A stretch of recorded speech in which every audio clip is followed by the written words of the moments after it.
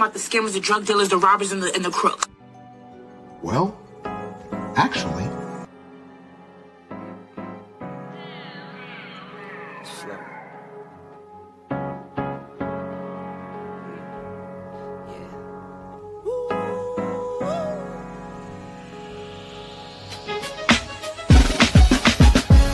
Yeah, I'm watching the rise, and I wouldn't say I'm shocked, cause I'm hardly surprised. This one's for the ride, this one's for who knew I'd make it, just needed some time. This one's for my wife, could've left 1,000 times just about my side.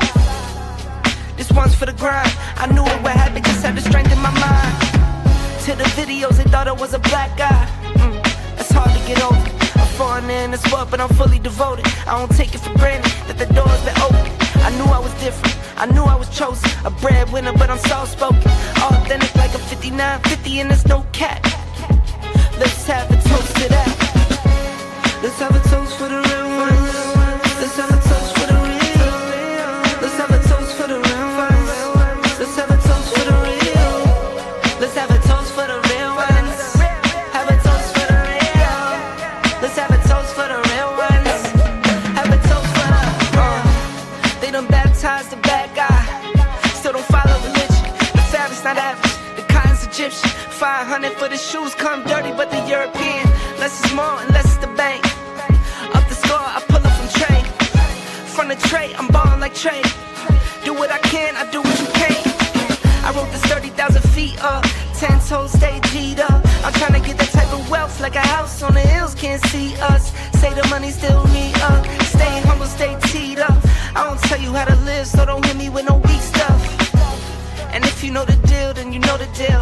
If it's real, then you know. Yo, what's going on, y'all? This your man Marcus A. Brown, and I'm here to tell y'all that I just got done with my first consultation with the brother Andre of Love Crossing Borders. I just wanted to give him his praises. I need y'all to do two things if you haven't already. If you haven't, subscribe to his YouTube channel, Love Crossing Borders. Also, if you are going to Colombia, if you're thinking of going anywhere, traveling internationally, please consider booking a consultation with the OG Andre of Love Crossing Borders. You will not be disappointed. I'm a fan of the channel, so I booked a 2-hour session just to show support, just to show love and say what's up. He provided a wealth of information, way more than I was even expected. He has an excellent presentation. So I just wanted to let y'all know you will not be disappointed. Book the consultation, subscribe to the YouTube channel if you haven't already. Dre, man, I appreciate you. I will be out in Colombia, and I look forward to linking up with you. And y'all, get in tune with him if you haven't already. Tell him MAP sent you. Peace. Let's have a toast for the real ones.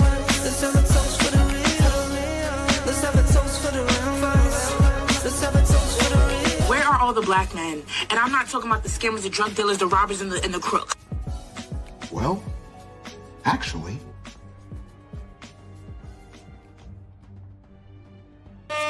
All right, gentlemen. Been 500 years. 500 years of black people being in the United States. Building a country from scratch.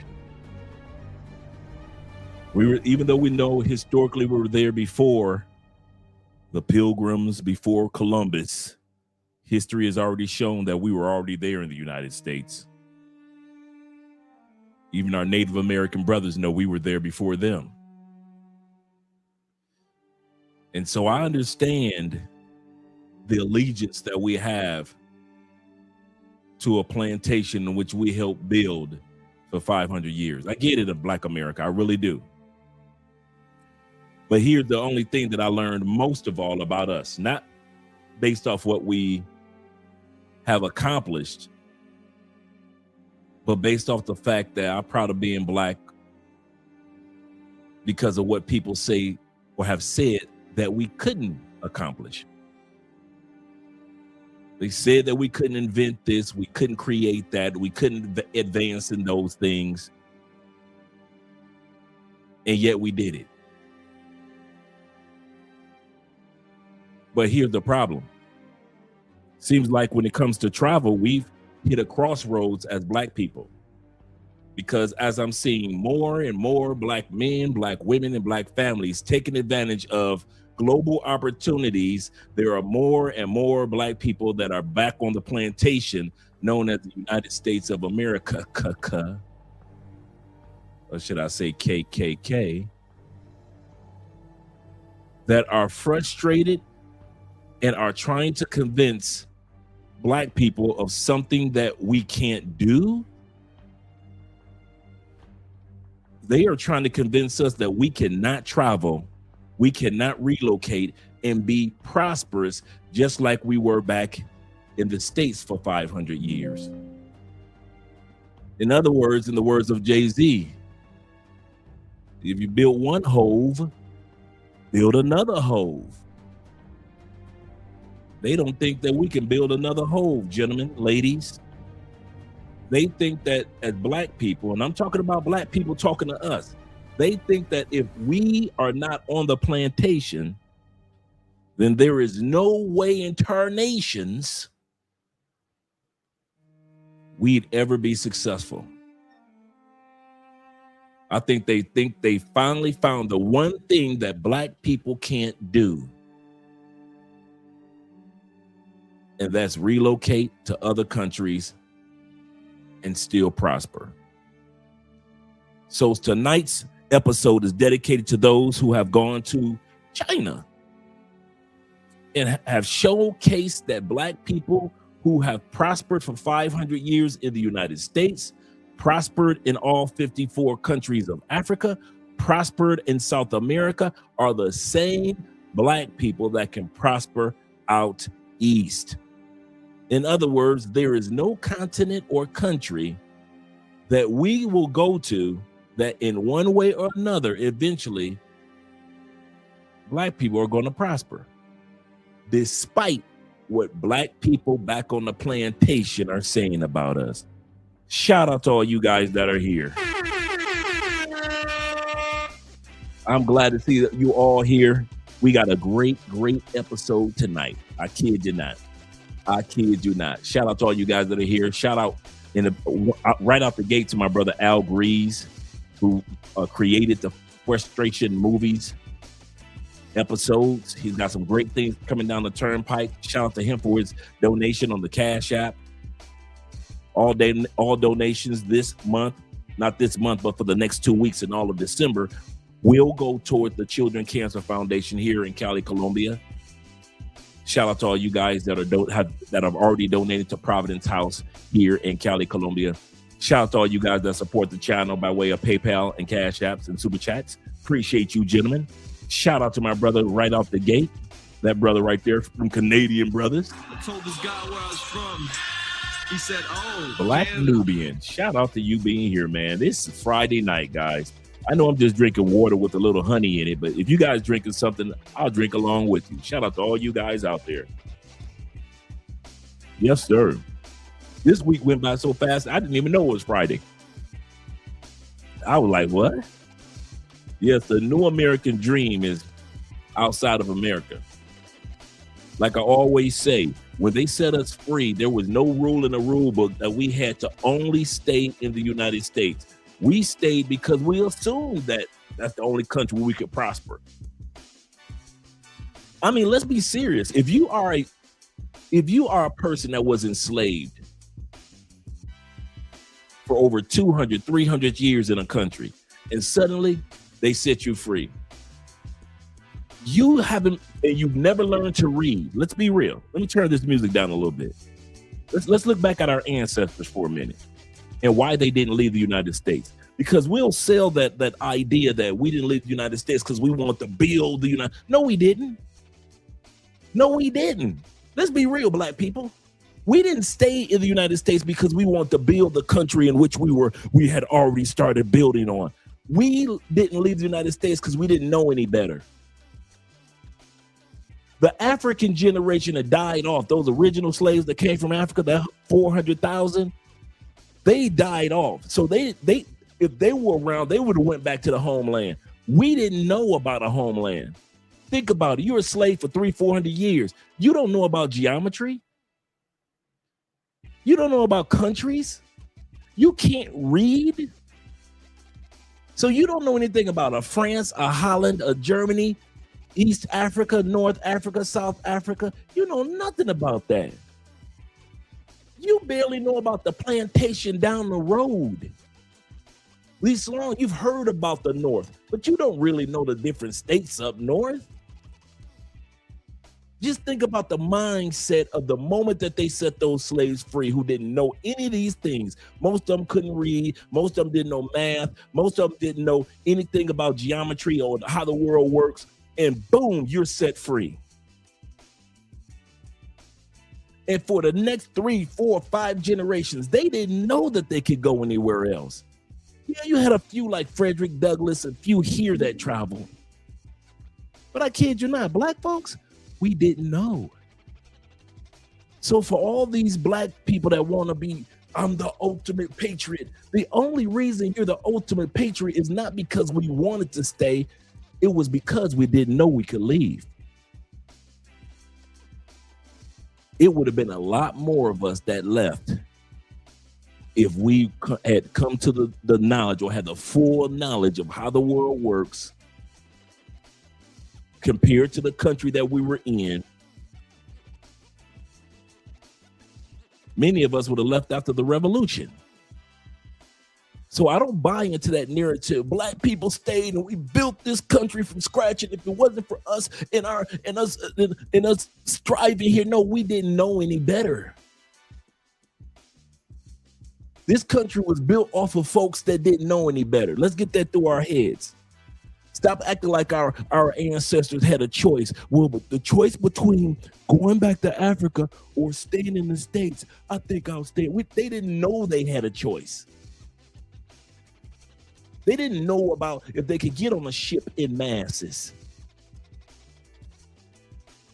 They barely knew if they could, once they got off the plantation, could they go up north? You had so many blacks that still stayed south. Why? Because that's all they knew.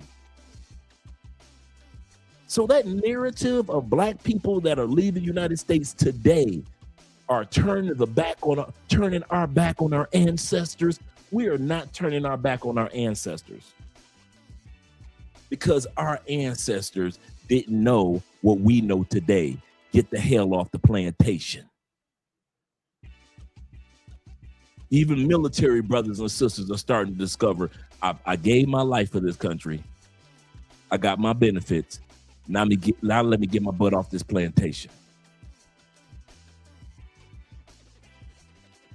It's trying to sell us that narrative that black people, our ancestors, stayed in America because they wanted to build that mother. The hell that we went through. Every town, every city that we tried to build up, they tore down. From Rosewood all the way to Tulsa, all the way to the, I forget the original name of Central Park. They tore down that whole black city and created Central Park in New York. Every time y'all walk through Central Park, y'all walking through black neighborhoods that were destroyed.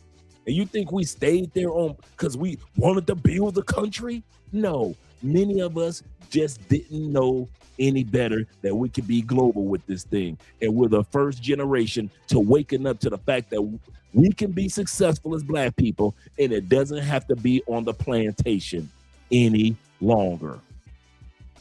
So y'all have fun with that. Keep on listening to Anton, you want to. You keep on listening to them dudes that try to keep y'all in the States like that. Got y'all food and thinking that right now the white boys and white women are going everywhere geographically. They ain't staying on the plantation. Asian people ain't staying on the plantation. Latin people are building up, getting the money, and where they going? Back home to South America, back home to Mexico, after they make all that money. What about our African brothers and sisters? Are they staying on the plantation, or are they coming, making the money for about a good 20 years, and then they're going back to their roots, whatever country they came from in Africa, aren't they? So everybody come to America, drain America of its economics, built homes, built families, build hospitals back in their home country, and leave America like suckers, in the words of the X-Clan. So if everybody else know to make money in the United States, but get a country, in other words, use the corporation known as the United States to get your money, but build a country or have a home outside the United States, The only people that ain't caught on are black people. White people doing it, rich people doing it, corporations doing it. Those who are originally from other countries, they're making their money and then they leave after 20 years, they're doing it. And the only people that sit up there screaming like, my country, 'tis of thee, black people. Like I always said, I didn't know that black people loved America more than white people until I left America.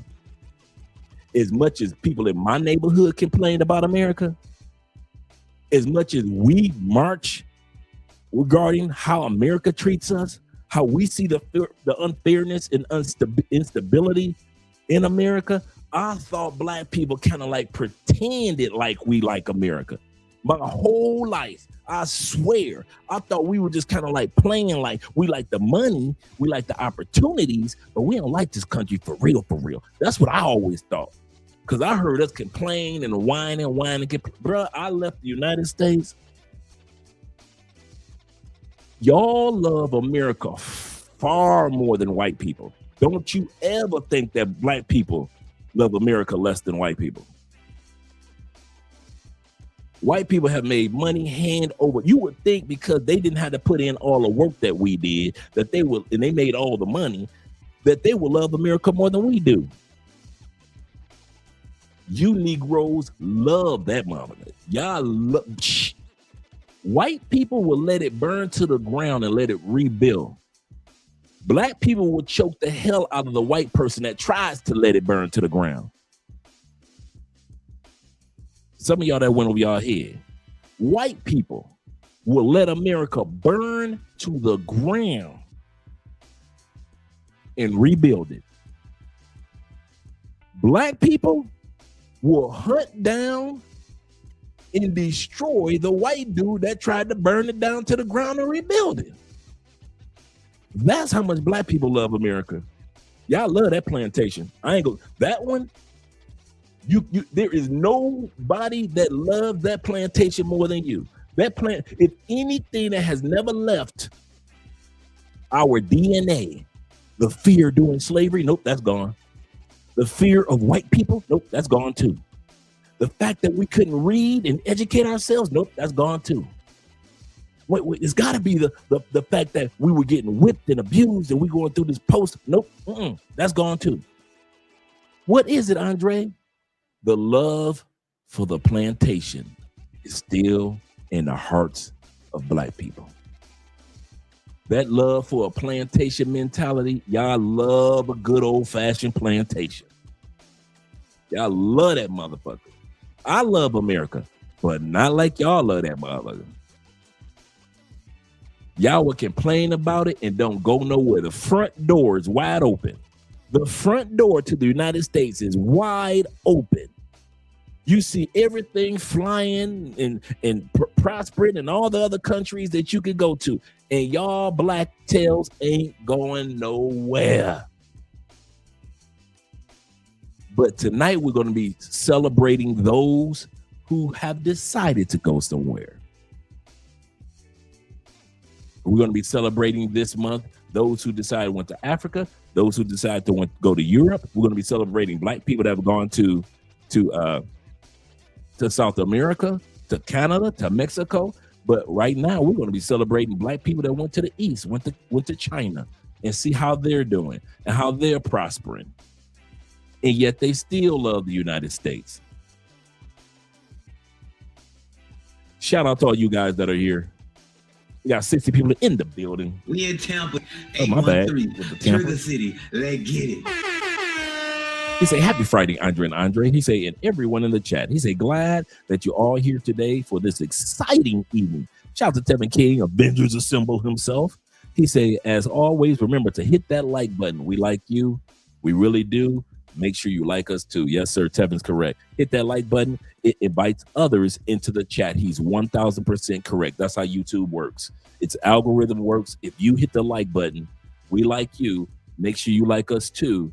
Then it invites other individuals to watch the live stream. Shout out to my brother Simple Logic in the building as well. Yes, sir. And David Dice of the Dice family. Glad that you're here, brother. He said we in for another great live stream. A great live stream. Salute. Yes, sir. Salute to you as well, kind sir. Let me scroll down a little further, see if I can get you guys in before we get too many people in. Shout out to my brother Kenny Peoples. He said, did New American Dream have this? He said, have to be checked into. Has to be checked into. Yes, sir. Check into it, brother. Check into it. Shout out to Ron and Travel. Good morning, sir. Good morning to where you guys are out east, man. Ronin Travelers is another example of so many men and women, man, that are doing and building great lives. I like the photo of you and your girl for New Year's, man. I love the photo that Adrian sent me. Fearless, shout out to Fearless with him, his wife, and their little girl. Shout out to him, man. I love seeing men happy, smiling, man. Like I always say, when a black man smiles, God is smiling back. When a black man smiles, God is smiling back. Yes, sir. Shout out to you guys, man. Yes, sir. Let me scroll down a little further. And let us see. He said, my only concern with China accepting black people, or they have to be military, since everyone is already close by and sanctions or in stationing. My bad. In stationing on South Korea, Seoul. Oh man, the Pyongyang. I can't even pronounce that word. I've never seen it. Thank you for giving me a word that I haven't seen. Peninsula. Let me write that down. You know I'm always going to learn them all. You military guys know certain things that us mere mortal civilians don't. Shout out to you guys. Shout out to Poor Man 313, them Detroit boys. You better back the fuck up out my face, goddammit. I'm from Detroit, Michigan. Don't play with me. Don't play with that, man. You know how the Detroit boys get when they're in public. You know how they get. Shout out to my brother Ben. He said, hello, Andre. He said, how you feeling tonight, man? I'm feeling so excited. I just can't hide it. I'm about to lose control. And I think I like it. Shout out to the Pointing Sisters for that one. And my brother, Crypto Dragon Emperor. Man, brother, what has happened with going on with Bitcoin? Goodness gracious. Man, where's Bitcoin right now? Man, last I looked, Bitcoin was in the 80s for a minute. Like 87, 86. I was like, Bitcoin, don't do it to me. But this is a great time to buy. This is a great time to buy. Shout out to my brother David in the building. Salute to you as well, brother. Salute to Andre and Andre. And salute to black men. Yes, sir. Yes, sir. And Mr. Darkest himself is in the building. Black Global Family. Yes, sir. Black Global Family. Prince J is representing as well. Glad to see that you're here, Prince J. Glad to see you here, brother. And Bobby Coltrane of the Coltrane family, that is. He said, let's go. Yes, sir. Let's go. We got a great one tonight, guys. And shout out to my man, Your Rent is Due 22 is in the building. He said, but Dre, I ain't black. I'm anti. I'm coming. Bro, I was going to use that tonight. I was so tempted. That I'm coming home will be used over and over and over and over again. So you better believe that I'm going to be using that. I'm coming home. Anton should have never said that one. He should have never said that one, because I don't like when people assume that black people can only prosper in one location. I don't like that. I really don't. They assume that our African brothers can only prosper on the continent of Africa. If they leave Africa, they can't prosper. They assume that our Caribbean brothers and sisters, if they don't stay in the Caribbean, then they can't prosper. And they also assume if us blacks in North America, meaning Canada, as well as United States, they assume that if we aren't on the plantation of Canada and United States, then we just cannot prosper. All of a sudden, we're stupid. All of a sudden, we don't have the ability to learn languages. We don't know how to buy a house or rent an apartment or buy a car in other countries. They assume that if a black person is not in their country of heritage, then they can't prosper. And we are here to showcase the fact that that's a lie. Our African brothers can go to other continents and other countries and prosper. Our brothers from the Caribbean can prosper. Our brothers and sisters from Brazil and other locations can prosper in other countries. North American brothers and sisters can prosper in other countries as well. They'll never say that about our white brothers. White brothers can go any country they want to and nobody act all surprised. Why is the white guy here in Thailand? They ain't tripping. How's the white man get here to Philippines? Nobody questions that. But as soon as the black man decides to find other countries to prosper and live the American dream, everybody got questions. And then they want to throw the ancestry on you. You know, your ancestors would be upset if you left America after all the work that they put in. From Jim Crow to slavery, the civil rights movement, the Reformation age after slavery. The era of the 70s, the Black Panthers would be turning over in their graves to see you brothers and sisters leaving after they put in all that work. Did you ever think about that? All those people put in all that work so we could leave? I'm serious. Did they ever take the time out to think that all of our ancestors who came here, one of their dreams was that their great-great-great-great-grandkids would get the hell off of the plantation that caused them so much hell havoc? Did you ever think about that? Did you ever think about Martin Luther King, Stokely Carmichael, all the women of the civil rights movement, bust their butts so we can be in a position to where we can have the fairness of using our passports to get the hell up out of there? What makes y'all think that they bust their butt and that our ancestors died so we can stay on the... Who thinks like that? Who thinks to stay on the same instead of rebuilding and reestablishing or moving on? You think that you should stay on top of the soil of a burning house. The house is burned down to the ground. The plantation life is gone. And you think that we should still stay in the United States, the land of the plantations, that every time we build a town, they burn it down. You expect us to honor our ancestors, but yet still pay on average $415,000 for the average home in the United States. Is that honoring our ancestors? Being in a country where medical insurance has gone up in 2026, is that honoring our ancestors? Still going, they've taken away all the Pell Grant loans, not the Pell Grants, but all the business loans that black people can get as minorities and women can get. That's gone. The Small Business Administration loans, they're gone. And not because of situations during the COVID. I'm just talking about Trump has taken those away. So since you can't get any true business loans, government contracts that used to go to minorities, that's gone. So we're supposed to just stay there and tough it out. How many years, black people, are you supposed to tough it out? I'm tired of looking at, dude, I got tired of looking at the Al Grees. Got tired of it. Because these dudes were doing good in Brazil. Charles Tyler. I'm in the States dealing with this hell and havoc, and I'm looking at Charles Tyler on the beach living his best life, and all those brothers in Brazil, mature men. I'm looking at Ace Live in Colombia. He's young dude, living his best life. I'm looking at Jabril, Passport Heavy in Colombia. He's living his best life. I'm watching Taylor Made. Why do I always have to just watch stuff? Why can't I be a part of it? I got tired of just watching Taylor Made Dream while he was living his best life in DR. Mr. Flip Flop, when them dudes were living their best lives in DR.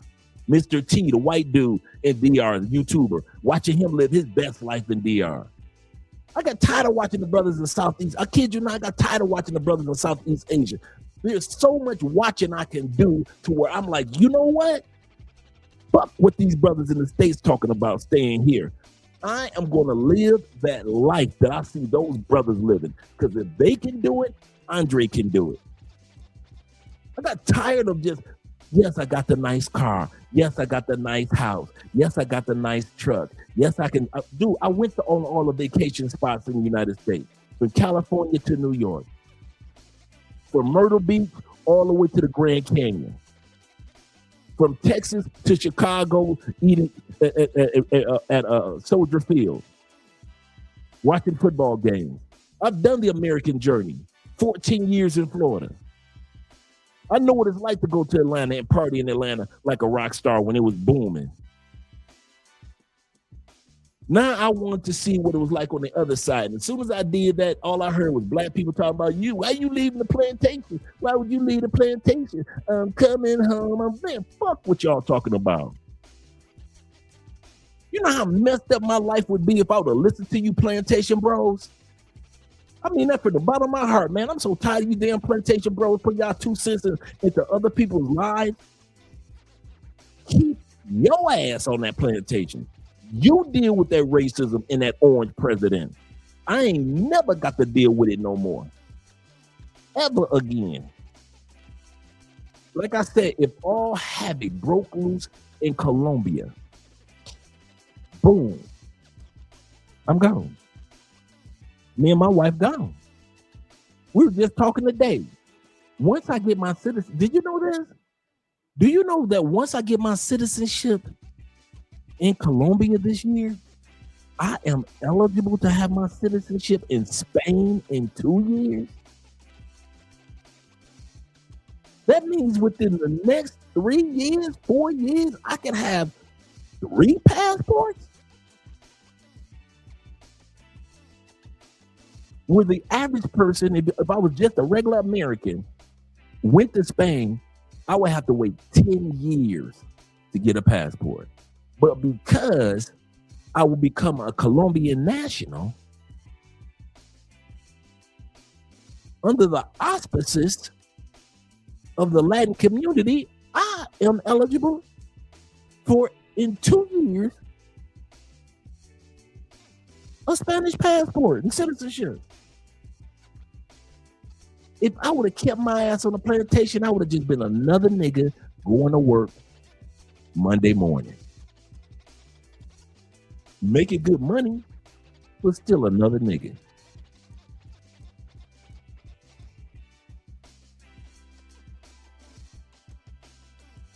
I'm not black, I'm okay. Okay. Man, y'all funny, bro. Trying to keep people on the damn plantation. Y'all lost y'all damn mind. Y'all keep on listening to them dudes. Keep on listening to them family members and them friends that don't understand. They ain't supposed to understand. I'm gonna say this again. Your family members and friends and cousins and girlfriends, they ain't supposed to understand. And if you ain't got the balls to break up with somebody, you ain't gonna never leave the United States. I'm gonna tell you that too. Let me add that one in there too. Some of y'all got some gorgeous women on y'all side, been with you for 5-10 years, and you know that the guy put on your heart, you ain't got no kids by her, and God put on your heart a couple years ago to leave the plantation, and you still sleeping with that woman. Me and the other brothers, in order to get the life that we have, we had to let go of the life that we had. In order to get the life that we have, we had to do the hard part and let go of the life that we had. Some of y'all ain't going no damn where. You will visit a country with your girlfriend. You will hang out in the country with your girlfriend. But your black ass will never relocate to a country because of your girlfriend. Yeah, let's put that one out there too. Shout out to my brother Tech being in the building. Shout out to you, brother. Glad that you're here. Oh, here we go. Right here. Glad you're here, Tech. Salute to you too as well, brother. Salute to you as well. And shout out to my brother in the building, Logic. Once again, he said, I haven't heard. He said, I'm coming home since the spinners. He said, you doing the Lord's work, my brother. Yes, sir. Yes, sir. Yeah, that's going to be a part of the family drop from now on. So y'all going to be hearing that from Anton from now on. Believe that one. That one you can believe. That one you can believe. Shout out to my brother Chris Jet in the building, as well as like Nubian once again. And Mom's being here. Mom Spaghetti. SpaghettiOs, even better. Shout out to Mom Spaghetti-O. What's up, brother? Glad that your day is going great, like the dog with the hat on. Yes, sir. Representing. Shout out to my brother C. Charles is in the building. Glad that you're doing great as well, brother. Yes, sir. He said 2026. He said I don't want no geometry. Yes, sir. Seriously, I don't know. He said I still don't know geometry. Chris said I had a plan after I got out of the army was to travel to South America. He said, but I stopped those plans because I got married, and nothing wrong with that. For those who have laid a foundation in the United States, nothing wrong with that. And I mean that. We're no better than you. You're no better than us. Hey, you know my motto. We will never try to convince Americans to leave America anyway. But for those of us that do leave, hey, hey, live it up, brothers. Shout out to Mr. Darkers once again. He says this. He said, we are taking advantage of the freedom of movement. That's a good way of putting it. Because the real freedom movement should have been us being free to move. That should have what it should have been. The real freedom movement of the 60s and 50s should have been. He said, we're doing it for the ones who couldn't. That's a great way of putting it.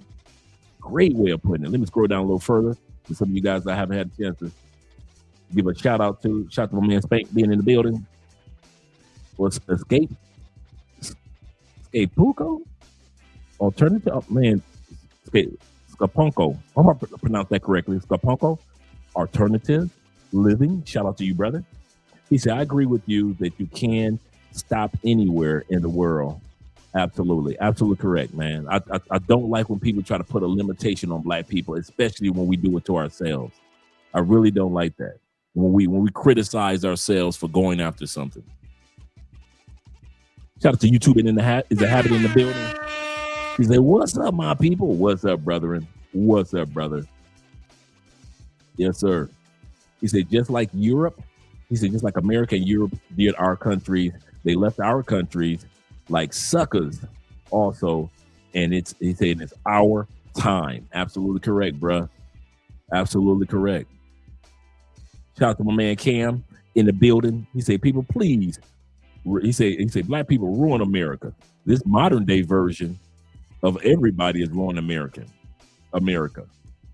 This modern day version of Americans, I don't even recognize it. Blacks, whites, all of it. I do not recognize this version of Americans. This version of Americans go for anything. Remember, we used to analyze stuff. Politicians can tell us anything now, man. Television, social media can tell us anything. We just go for it now. I don't even recognize this new version of Americans. I kid you not. Yes, sir. Yep, that's Stockholm Syndrome. Absolutely correct. That's Stockholm Syndrome. Yep. Still got that plantation in their hearts. We still got it in our hearts, and we weren't even raised on plantation. But I guess in our hearts, we were.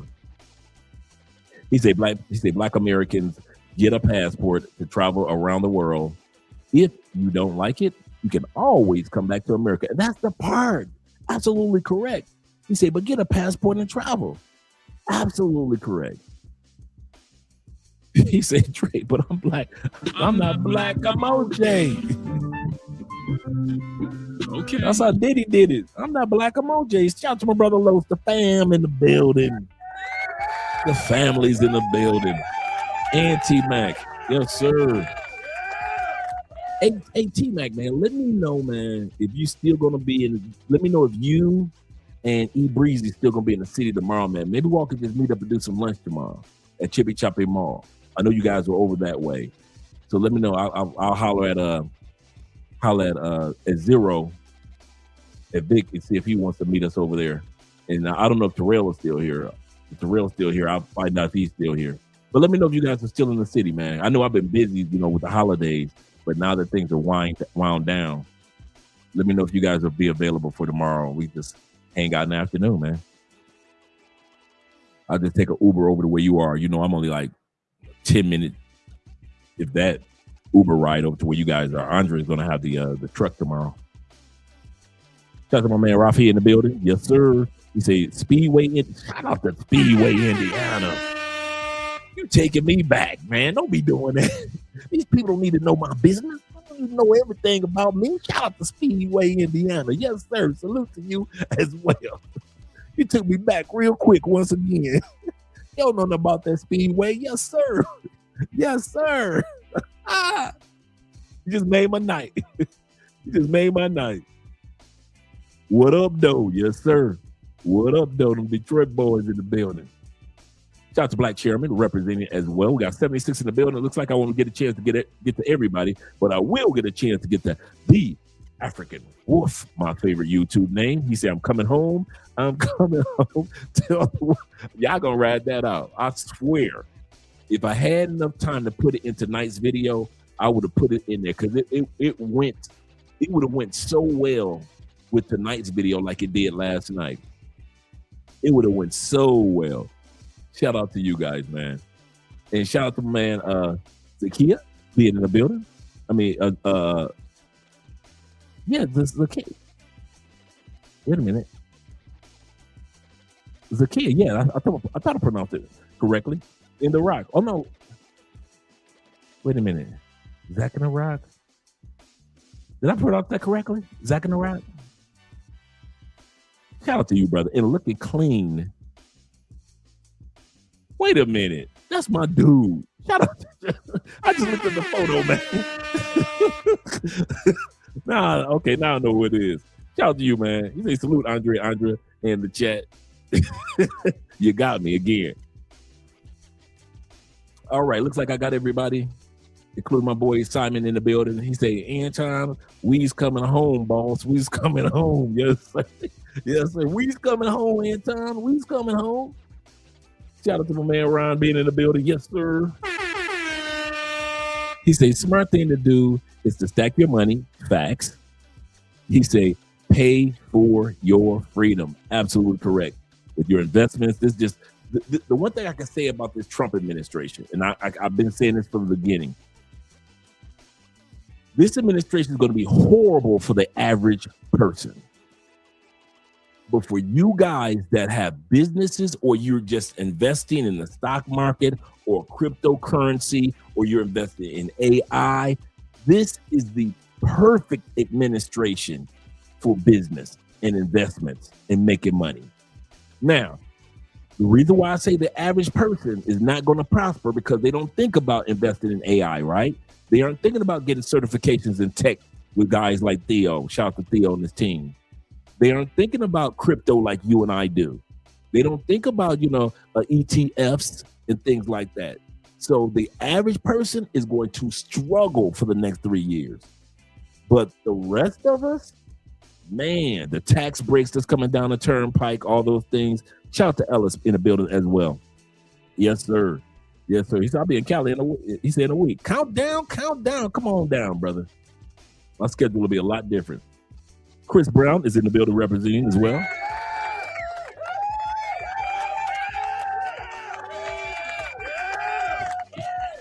He said, yeah, Dre. He said, but you'll be a cloud engineer? Yes, sir. This is true.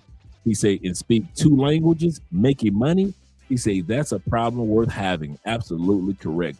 We were actually looking at this, which cities we were considering in Spain as well. Because, we ain't trying to be in a cold area, Barcelona and all that, the snow in Madrid. No, we going to be in southern Spain, man, Valencia and all that area, man. Seriously. Yes, sir. Once again, shout out to Jermon being in the building. And I think I got everybody. I think I did. I believe I have. Shout out to all 78 people that are in the building. I appreciate you guys being here on a wonderful Friday evening. Yes, sir. Yes, sir. Let me scroll down. Make sure I got my boy Kobe in the building. Yes, sir. He say, salute, brother Dre. He say, from Guatemala. Yes, sir, man. You doing big things. Big things. He said, I got stopped by the police twice in 5 minutes. He said, but aside from that, it's a really nice place. I'm going to have to check that out, man. Yes, sir. You're getting around, man. You on tour. You on world tour like you Jay-Z, man. Yes, sir. David says this. He said, the words of Andre Spence, the U.S. isn't my home. I'm an earthling. I got that from Chuck D. When I heard Chuck D said that, Chuck D said, no longer call me an American. I am an earthling. I enjoy and I never forgot when Chuck D said that.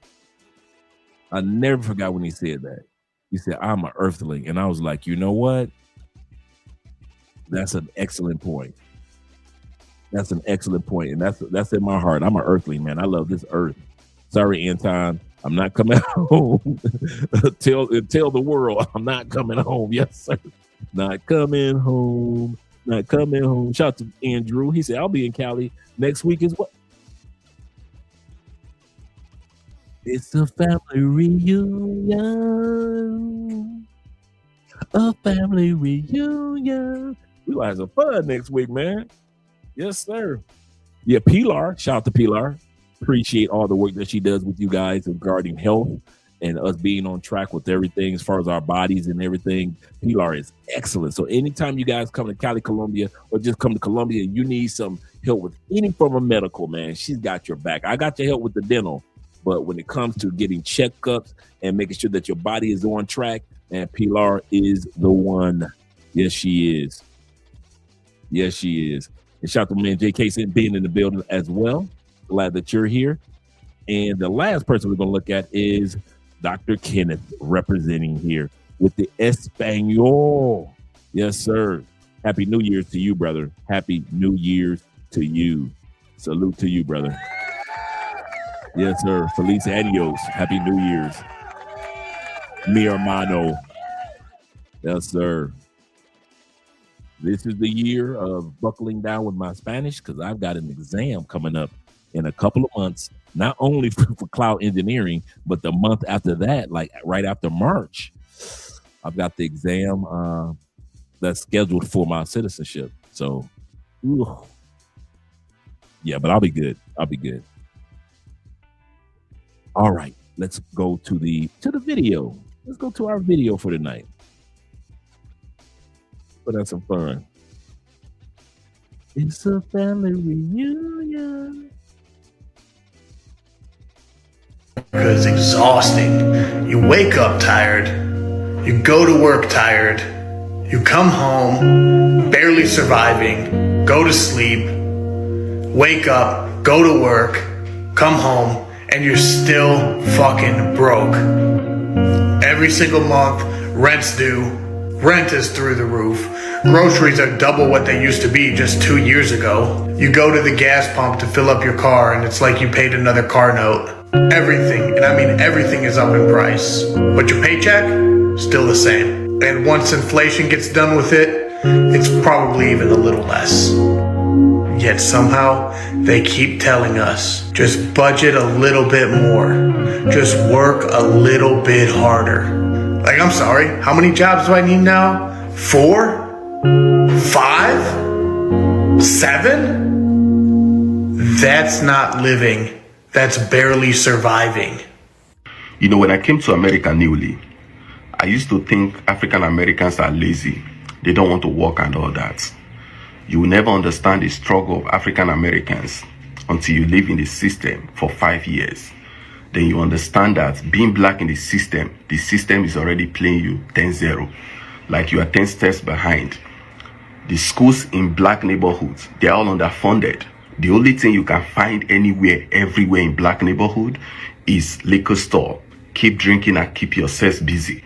Now I understand why everybody is fighting so much to live in white neighborhood.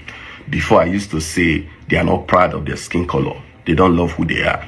But they're actually fighting for their children's future. Because being black in the system is already playing you 10-0.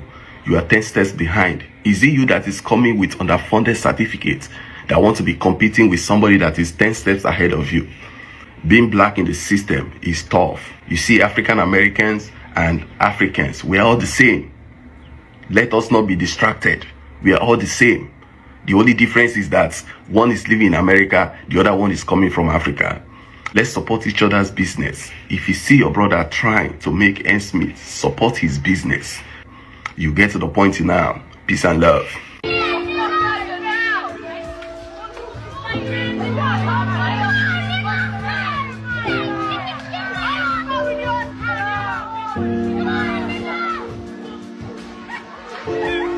This is the plantation they want y'all to stay on. Ain't nothing changed.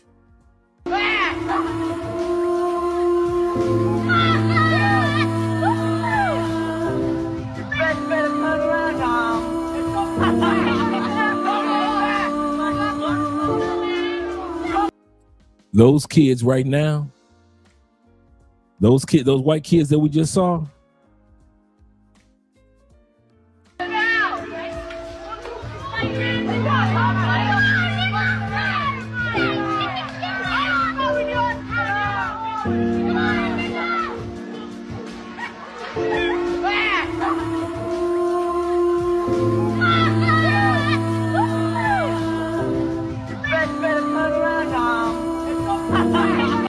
you know who those white kids are?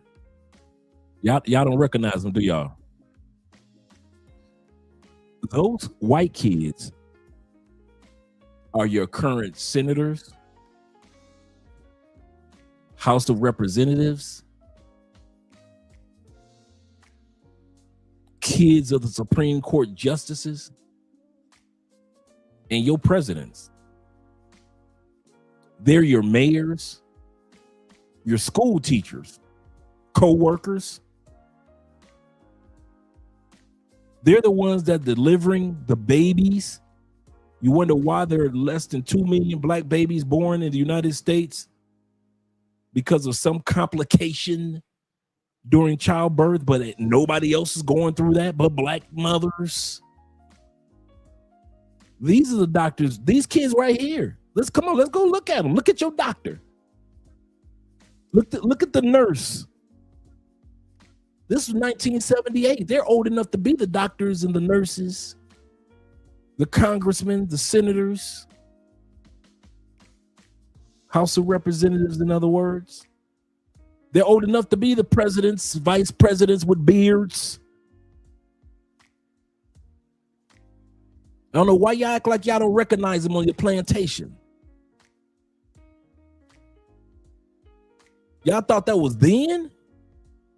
No, they just grew up and put on a suit and tie and a dress. So when y'all look at this, don't be looking back like, oh my God. No, that's your chief of police right there in your city. For some people, that's the pastor of some of these churches, these televangelist churches. They're pastors now. They're priests now. But you want us to stay on that plantation with these people that are now adults. And now they have power to vote and maneuver and manipulate. Yeah, okay. I'm not black, I'm OJ. Okay.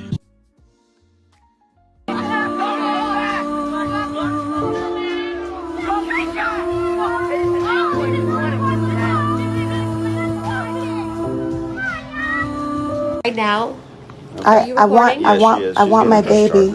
okay. I will press charges Who- because you cannot record us. We have to give consent. It is. But I in all asked of you to give me And my I said baby, right and I'm now- being nice, and you're not letting me be now, nice. for the safety of your baby, because you are very hyped. I have the not- police are coming. I want hold the on a baby in the minute. I'm not nursery. hype, and I'm not recording. I'm not hype. I said I want you to take your hands off so I can.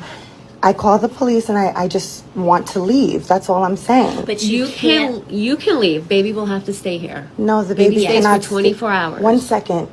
I just had a nurse say that I pushed her, and I didn't push her. I didn't do anything, and I'm asking to leave because I don't feel safe here. And I'm saying that I want you to just take your hands off my baby. And But y'all expect the sisters not to become passport sisters. So y'all expect the sisters to stay there while hospitals. You think this is an isolated incident? Do you think that this is an isolated incident of a black woman not being able to touch her child and feel uncomfortable in the hospital? Y'all think this is isolated? Now, I'm not fear-mongering. I want you guys to realize this. I am far from fear-mongering. Black people always want to say, man, you're fear-mongering. No, when somebody wants to state the facts and show a fact, I didn't create this scene. This is not a skit. That situation with that little girl in 1976, that wasn't a skit. None of what we show on the channel is a skit. So if you can't handle the facts of what's going on the plantation, why do you think we call it a plantation? Name the plantation throughout history of the United States that's ever been fair to our folks. I'll wait for the name of that plantation.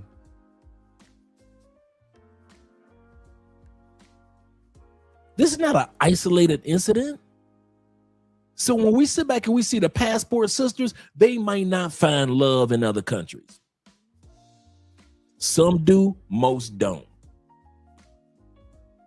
But you're going to see tonight, like I've always said, they might not be finding love and intimacy in other countries, but these sisters are networking, coming together, building business opportunities and everything else while they're in other countries. They like, you know what? Nobody wants to marry us in other countries, but one thing they want to do, they want to do business with us. So a lot of black women are leaving the plantation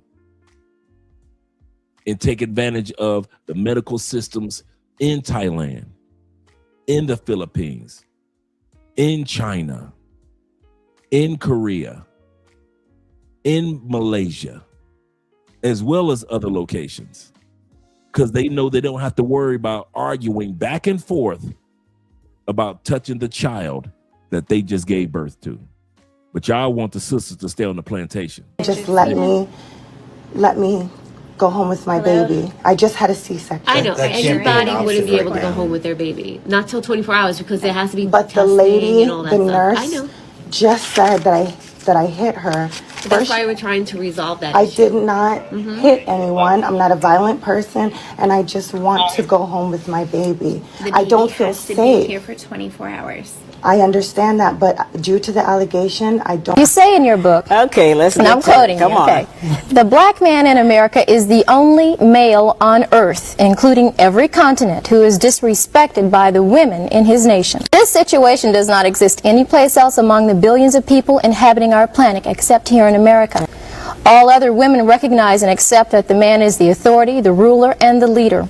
Only here in the United States, in the black nation, scattered throughout the United States, is the black man neglected. That's pretty powerful. And it's absolutely true. We have been displaced. Seminar, and guess what? So I'm scrolling and I saw this guy, this black American guy, talking about leaving the country, fleeing the country. We don't flee. And I was on Leo's spell. Shouts out to Leo. His live. You see how they got him trained? You see how they got him programmed in the States? White man leave the country. They don't call it fleeing, do it. What about when the Latin dude leaves the country? They don't call it fleeing. What about when our African brothers make their money, African sisters make their money, and after 10, 20 years, maybe 30 years, they leave and go back home. They've already built a compound back home. They helped build a hospital and a school back home. When they leave, when our African brothers and sisters or our Caribbean brothers and sisters leave and go back home after 10, 20 years in the States, it's not called flee, is it? What about when Asian people come? They come to the United States, build businesses, buy property, use that investment money, and they go back home. What about when they go back? Is it called fleeing? So why is it all over TikTok, Instagram, YouTube, when a black person leaves, it's called fleeing? Because in black people's heart, they still think it's a plantation. And that's why you have so many people, such as Anton and others, that will consider what we do as fleeing, because they know in their hearts it's a plantation. So let her in her wig go ahead and finish talking. Last night, and I heard another woman, a black American woman, saying, oh, maybe we should all collectively leave. Why the fuck would we leave a country that our ancestors, literally the soil that they're buried on? Why would we leave a country that they did so much hard work and toil? You see how they use that guilt trip? Our ancestors this, our ancestors that, right? Not wanting to talk about the fact our ancestors didn't know they had a choice. Let's get that through our heads, guys. Let's get that one out of the way. It wasn't like our ancestors sat around and said, you know what? If I could move, to South America, to Brazil, or I have the choice to move to, Iceland. I can move to Iceland. I could move to, Switzerland, or I could move to Africa. I could move to that place they call Africa. They didn't know they had those choices. We do. We kind of take it for granted because it's so easy. We learned it in school. We learned geometry in school. So we take the fact that we can read for granted. The fact that we can calculate, we take that for granted. The fact that we are, creative and always thinking about new ways of doing new things in business and so forth. We take that for granted. Black people in the United States, we assume that it's always been like that. That black people have always been. No, we haven't always known that there was a country out there. No, we didn't always know we had passports and could take advantage of building up whatever country we want to be in. All of this rhetoric of our ancestors, yes, a certain amount of ancestors wanted to stay, but a certain amount of our ancestors didn't know that they could even leave. They didn't even know the front door they thought leaving the plantation was it. They thought the freedom of not being whipped was it. They didn't know they didn't even finish their freedom run.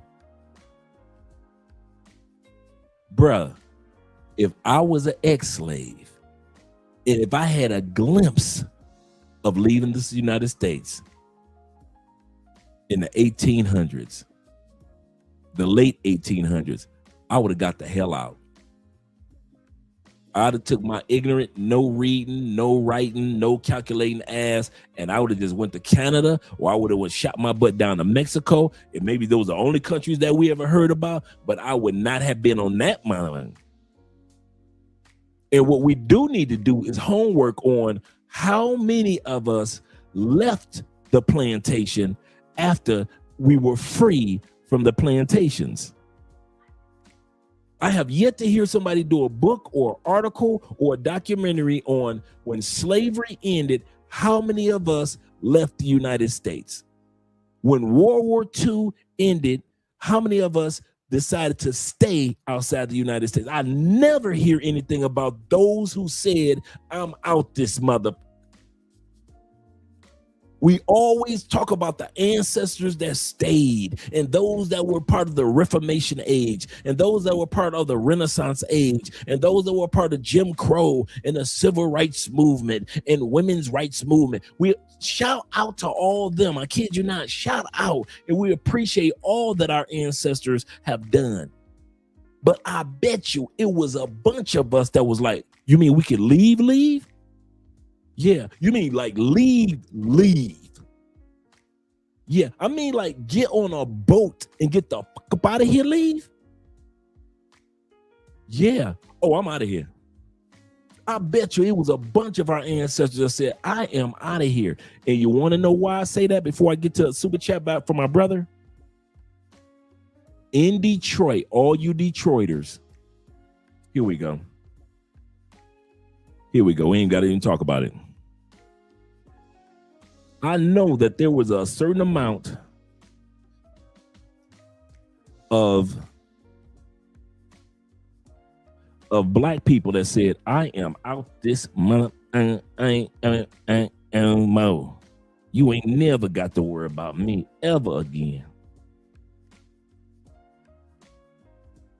I'm going to show y'all better than I can tell y'all. Y'all know I love to pull up some good old fashioned receipts anyway. How I know that there were black people that decided they are not going to stay here. If you are from Detroit, you recognize this statue. It is the only statue of its kind in the United States. This is the statue of the abolitionists that told black people, do not stay up north. I'll say that again. This is the statue of the abolitionists that told black people, don't go to New York, don't go to Illinois, don't take your ass to the Virginias, don't take your ass to Pennsylvania. Get your black ass out this country. You're going to have a better life. And this statue is the only statue that points directly to all the black people that went to Canada. Before the end of slavery and after the end of slavery. There were black people that said, I am not stopping in Michigan. I am not stopping in Philadelphia. I am not stopping in New York, or not Philadelphia, but Pennsylvania, Philadelphia, Pennsylvania. But I am not stopping in DC. I am not stopping in, I'm not going up north. I'm going up north. By the thousands upon thousands of black people that got the hell off the plantation and built lives in Canada and built lives in Mexico. So if you're from Detroit, you recognize this statue. It's the only one that points slave families out of the United States by way of the Underground Railroad and beyond. The only statue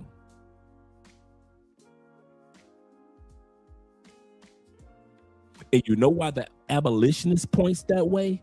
Because the abolitionists, they knew that it was a better life beyond the United Plantation of America. The abolitionists never told black Americans, once you're free or once you're north, you okay, you ain't got to worry about nothing. The abolitionists still fought for the rights of northern blacks as much as they had to fight for the rights of southern blacks. That's why the abolitionists say y'all free. Do not stop when you get up north in America. Take your ass to North America. Go all the way. Go to Canada. Get your ass up out this country. Because the abolitionists knew that black slaves didn't know any better. All they knew was the United Plantation of America. Oh, by the way, this is the same city Anton from. It's the same city. Detroit, the same statue where he drives past every day.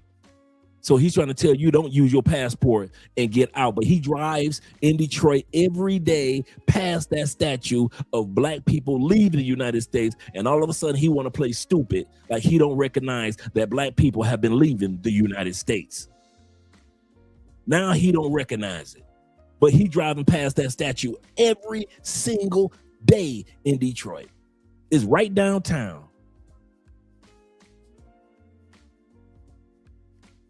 Yeah, they think y'all Tom Tucker, that dumb mother. That's what that is. Let's go on back to the video, gentlemen. I just want to share that with you, man. I just want to share you that it is a group of black people that didn't stay here and built a new life in other countries. Acting like we just couldn't go nowhere else. Why would we leave a country where mostly everything around you they invented? Why would we leave a country that literally has our blood, sweat, and tears in it? That's what she literally answered her question. Why would you stay in a country that literally that has your blood, sweat, and tears in it? You literally answered your own question. We had to shed blood to stay, tears to stay, sweat to stay. We go to these other countries, ain't no blood, ain't no sweat, ain't no tears.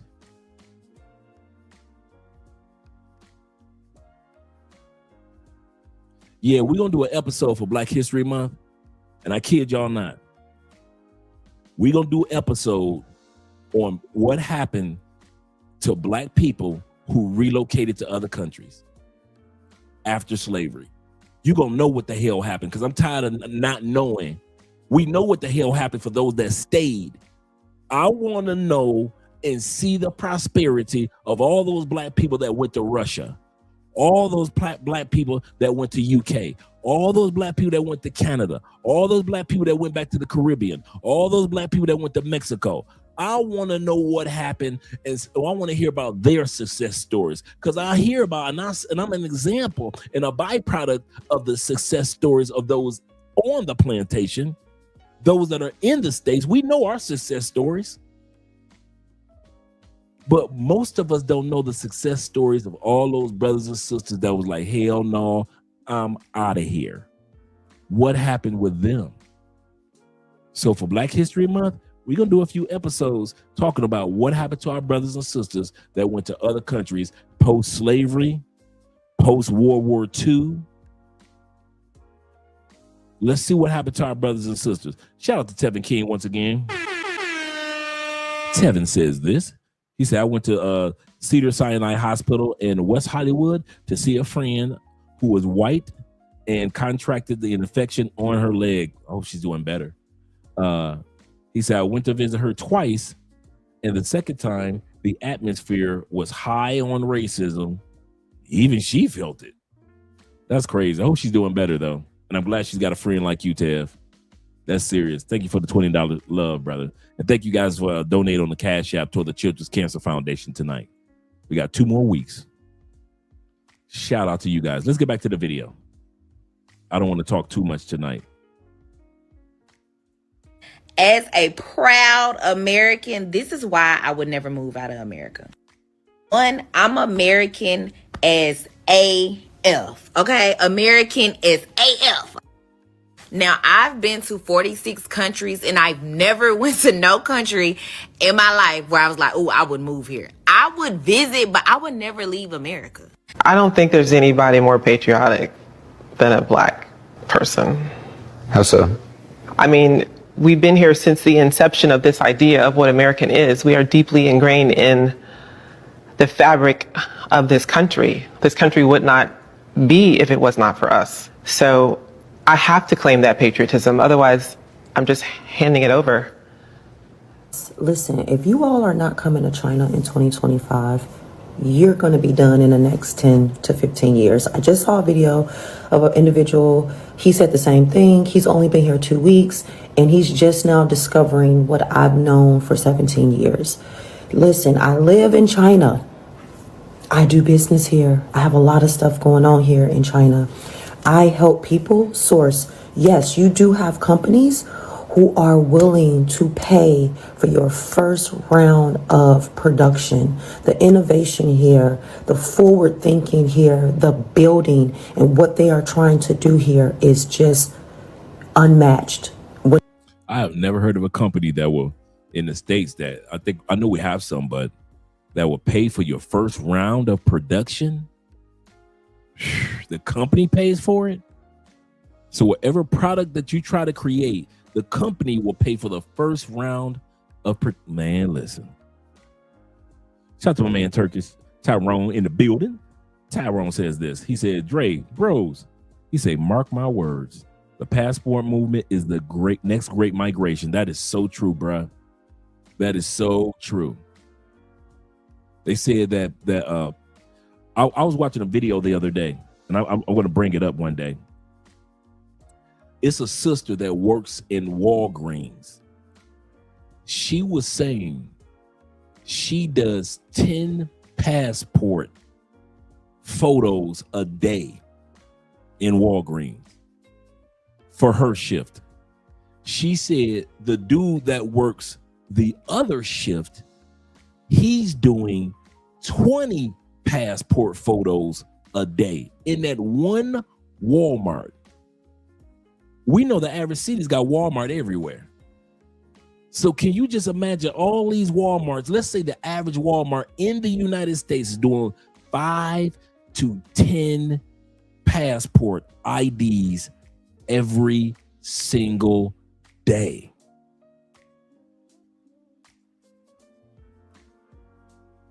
People are waking up, and you cannot shame them anymore. That's the part. It used to be a day where you could shame a person into staying in a country. That does not work anymore. That does not work anymore. People are starting to say, you know what? I'm going either back to my home country or I'm going to another country with this American dollar. Because now that you can work online or online careers, you can start affiliate marketing, content creation, tech work. You can teach online, all these online opportunities. Now AI is about to take off like the .com boom of the 90s for all you guys that don't know.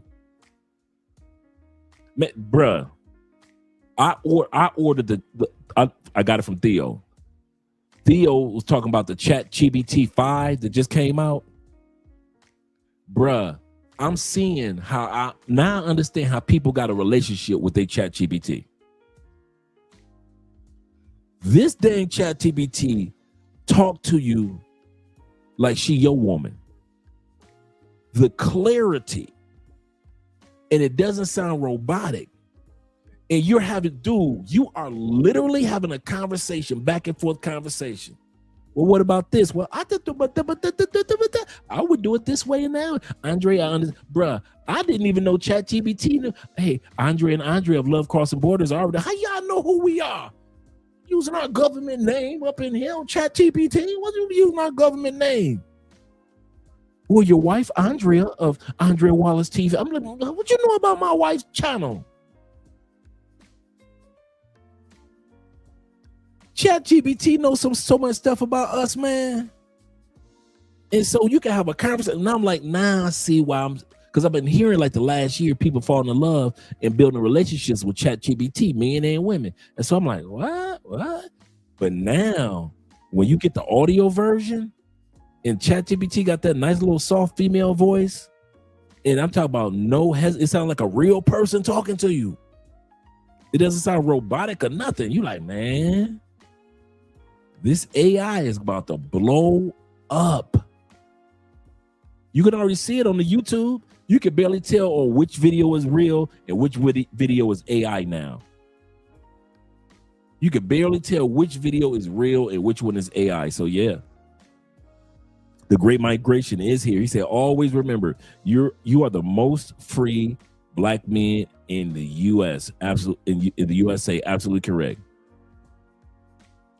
He said, I repeat. He said, FBI. He said, I represent FBA, Foundation of Black Americans. But save yourself, black men. Save yourself. Absolutely correct. Let's get back to the video. Shout out to you, Turkish Tyrone in the building. When it comes to the U.S., you don't even have to come here and take your products back to the U.S. You have companies in China, Chinese companies, large enterprises that will help you advertise in other markets. Listen, y'all, I live in China, been here for almost 7 years. I have my family here. We are within this community. And if you are owning any type of brand and you are doing business in China, this is the time to get here and to connect with manufacturers. They are literally helping. I can't even speak about all of the stuff that is going on. And it's kind of hard because you have to be here to even understand the gravity of what I am saying. If you are an entrepreneur and you're not coming to China in 2025, just hang it up. People be like, why do you like living in China? This is China. I'm in Chongqing, China. Okay, they look like they're living in 3,000. Now this sister right here, she's an average sister in the States. How come this sister not only has a manufacturing business, she also does modeling, and she's an actress in China. Moved to China when she was 24, her and her dude. Do you think that this average everyday sister, if she would have stayed on a plantation, listening to them plantation bros and plantation sisters talk about why you leave America, What do you think their sister life would have been like? Just another average everyday sister. You think they would have had she would have been modeling as a 4-figure woman? Nope. We got enough of those in the States. If we ain't got nothing else, we got 4 figures. What about her business in manufacturing on the level that she is now? In the States, we ain't got manufacturing like that. So let's let that one go out the window. What about being an actress or a model? No. So because this sister decided to get off the plantation with her man, look at the life that they're living. Now, I know some of y'all gonna say, but the politics in China and this and that. Dude, we ain't talking politics tonight.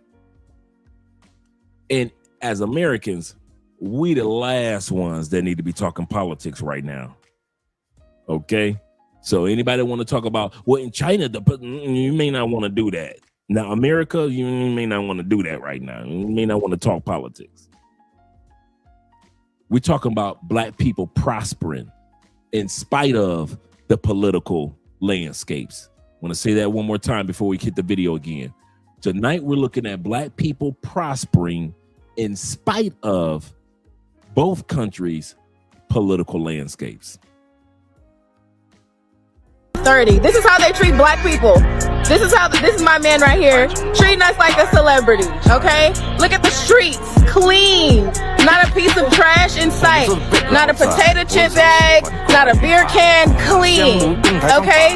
The people are nice, the city is beautiful.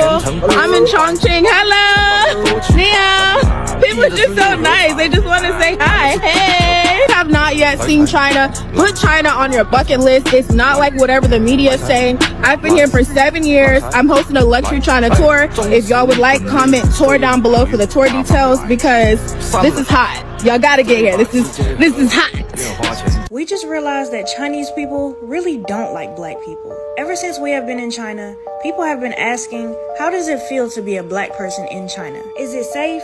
Do people stare? Or do they like us in general? Well, this couple is one of my favorite couples for black folks.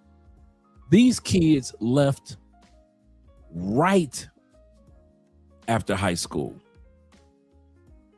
They left the United States like, you know how white people be doing, white kids, mom, I'm going to discover myself. I'm going to Europe. I'm going to find who I am in Europe and I'll come back. And the parents funded, right? These young people ain't have mom and daddy funding it. And they graduated and got the hell out the United States. And they have been living the life. My bad. Well, we have been here for 1 year and 4 months now, and we think it's finally time for us to come clean and tell the truth. Quite frankly, the truth is, they don't like us. They love us. When we first came to China, not gonna lie, we were a little nervous about how Chinese people would approach us. But now, every time we see a Chinese person greeting us with a smile, we know that 9 times out of 10, they just want to take a picture with us. And best believe, a line just might form of many more people who want to do the same. But anyway, China loves black people so much that they want better for us. China knows that we deserve more than what we have been given for the past centuries. So in return, they actually want to help build up Africa. Wonder what other countries are doing that. Did you know that China helped Africa by kicking off new railway projects, building factories, creating job opportunities, and so much more? Little do you know, Africa and China have been bumping fists for many years now. They even host events amongst the two so they can gain more of an understanding of each other's history and culture. The relationship between China and Africa has grown. I have been living in Shanghai for 5 years, going on 6 now, and I am a teacher. I make between $4,500 and $5,000 a month before tax. For an IT industry, you might get a different payment depend on your expertise, your skills. For me, I am a mid-level, like I have an experience of 6 years in IT industry. So I make around 5,000 to 7,000 USD per month. I've been in China now 29 years, and what I do for a living is manufacturing of barbecue kits and kitchenware items, all this sort of stuff. When I first started, it was about $1,100 a month, and I'm now making just an average about $21,000 a month. While most of us are used to freezing our tails off at a bus stop that is basically just a metal pole in the ground, China is playing a completely different game. Check out these new smart bus stops in Suzhou. First of all, the benches are heated. Yes, you heard that right. No more freezing cold metal seats in the winter. It's basically an outdoor electric blanket. Second, if your phone is dying, they have built-in wireless charging pads and USB ports right there on the shelf. Yeah, I can bring that beat back for you. I can bring that beat back for you so you can see how much these teachers are making. And now realize, China, the cost of living is somewhere like Colombia or Brazil. You get a bang for your buck for a home. So if you bring it in $5,000 a month or $7,000 a month in China, you doing something big. Railway projects, building factories, creating job opportunities, and so much more. Little do you know, Africa and China have been bumping fists for many years now. They even host events amongst the two so they can gain more of an understanding of each other's history and culture. The relationship between China and Africa has grown. I have been living in Shanghai for 5 years, going on 6 now, and I am a teacher. I make between $4,500 and $5,000. She making good money. If she making that type of money, my brother Danny, the light-skinned brother that's on YouTube, who's been there for quite a while, you know he probably pulling in some change too. And Danny ain't got no kids either. We'll see Danny on the video. You know, we can have a video of black people in China without having our brother Danny on there. Shout out to him. A month before tax. For an IT industry, you might get a different payment depend on your expertise, your skills. For me, I am a mid-level, like I have an experience of 6 years in IT industry. So I make around 5,000 to 7,000. Man, they living good. You making that, if you make that much in Colombia, you killing the game. So I can imagine in China. Yes, sir. My brother Thriller says this. Master Thriller says this. He said, I just rewatched your video a few months back on Patreon about getting those recruiters for overseas work. I'm actually doing another one. I got a couple of brothers that are actually doing it right now that are overseas recruiters. I just did a consultation with a brother that are overseas workers. I just did a consultation with a brother that works in Kuwait. And he does government contracting and recruiting work. When it's not through the government, it's just through recruiters. And so I'm going to put together another episode for us of the government contract works. And not, I need to stop saying government contract works because it's contract work in general. The companies in other countries are looking for you guys to come over, live in their country, and do some amazing things over there. He said, thank you, Mr. Dre. He said, these videos is just motivation. I'm glad that they're helping us all out, brother. I'm glad that they're helping us all out. Yes, sir. Yes, sir. He said, I really believe that African nation is being deceived by China and the loans for the businesses. He said, trying to take or to have access to their rare earth minerals by marrying it to tribes to gain access. Maybe. I you know what? I have to say this, gentlemen. I agree with what you guys are saying. I always thought that there was a slight hint of there's something that China's not telling, right? But even in the middle of that, let's be honest. There's been a lot of good development taking place on the continent of Africa regarding that. Chinese workers over there, I'm not saying everything is going over there perfect and then it just was working out hand in hand. I'm not saying that. Don't think I'm saying that at all. I'm just looking at it from the culture perspective, that these cultures are finally starting to come together, whatever it may be, whatever reason it may be. And that they're seeing, I'm starting to see a lot of Asian Africans. I have never seen this many Asian kids or Blasian kids in Africa now. a lot of marriages that are taking place between African women and Asian men are taking place. So I look at it from this perspective. I kid you not. Let's give it some time and see what happens. All of this that's going on between China and Africa, it's in its infancy. It's only like, what, 5-10 years, right?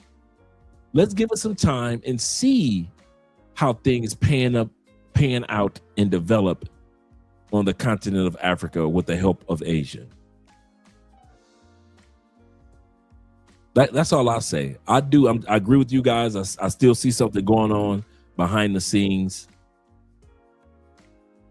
and I can't put my finger on it. But I'm basically like, let's see what takes place. China is using predatory lending to gain influence to Africa. I can agree with that.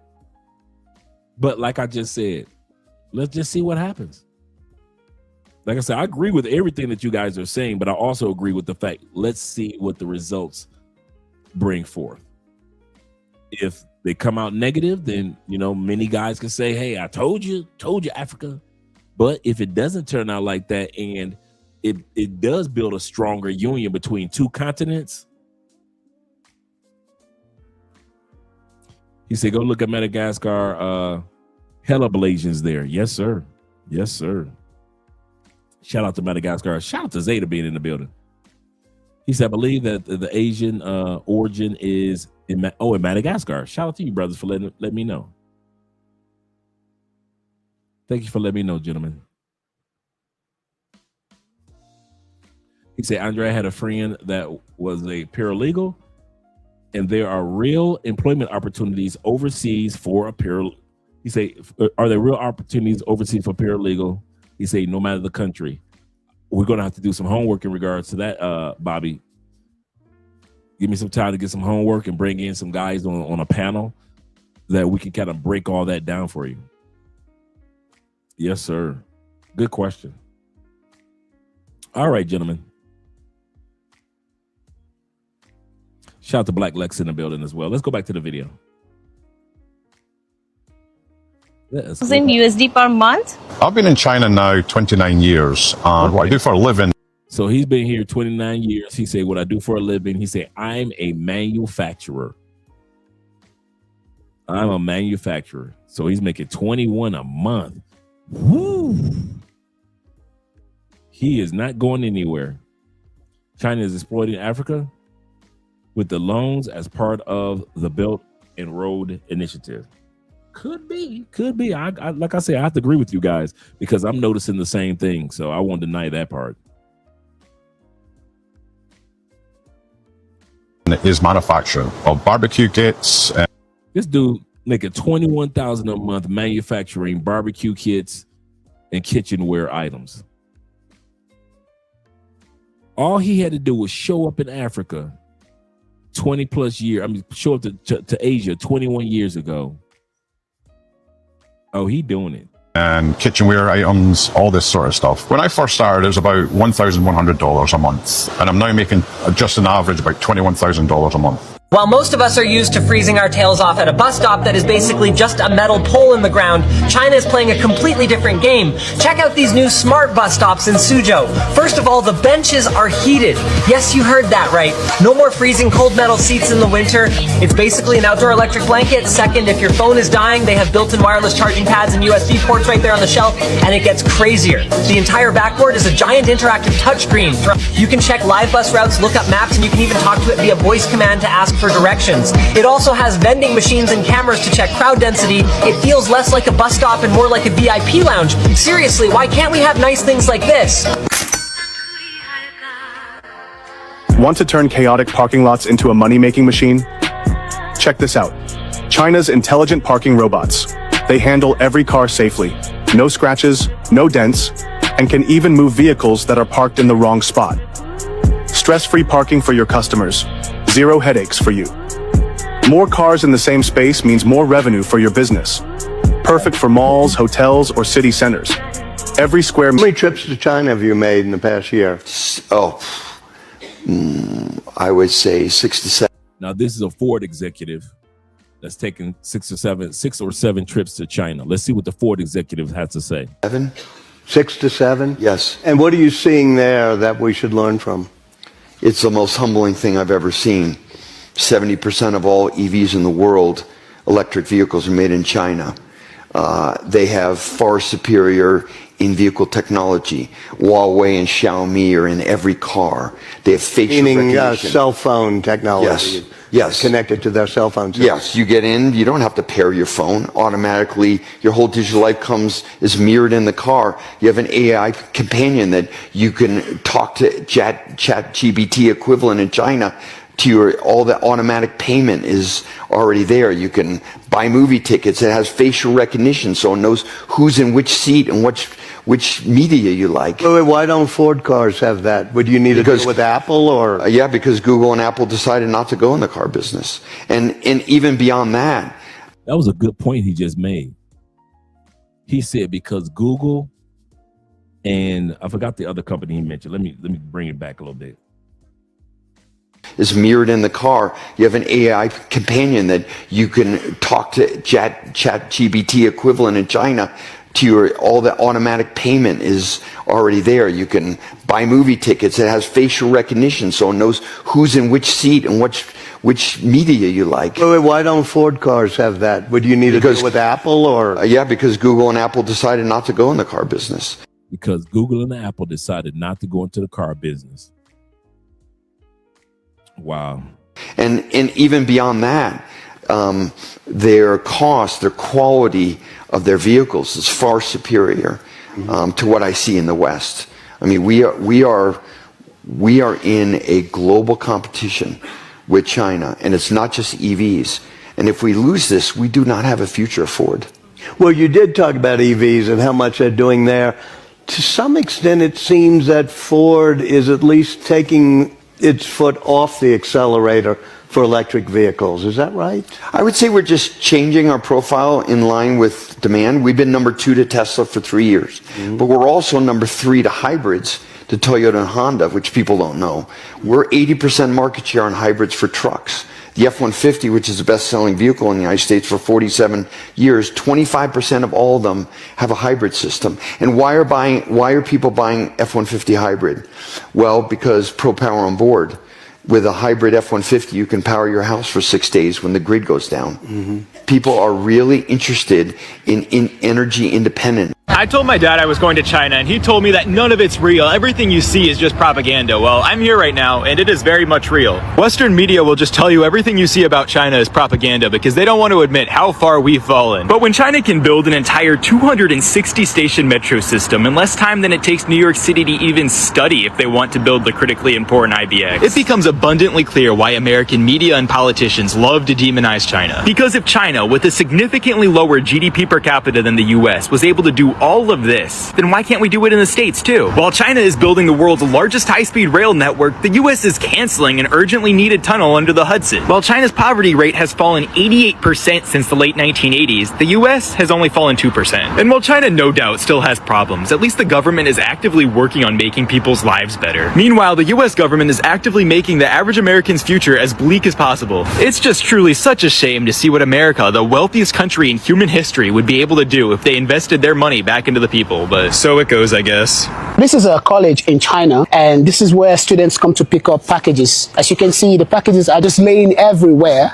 So you can just walk in here and pick your own package according to your own number. So there are numbers here and numbers everywhere. But the funny thing is, no one actually gets to take any other person's package. You basically can just come in here and pick up any package. So everything here is based on trust.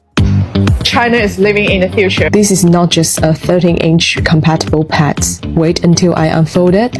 It becomes an 18-inch huge monitor. And you will not see that in the United States. You will see it in Colombia. You will see it in Brazil. You will see it in Peru. But because the United States banned this company, you won't be seeing this in the United States anytime too soon. And that's crazy. Fold it halfway, and wow, it turns into a full laptop mode. No extra keyboard is needed. package according to your own number. So there are numbers here and numbers everywhere. The funny thing is, no one actually gets to take any other person's package. You basically can just come in here and pick up any package. So everything here is based on trust. China is living in the future. This is not just a 13-inch compatible pad. Wait until I unfold it. It becomes an 18-inch huge monitor. When you fold it halfway, and wow, it turns into a full laptop mode.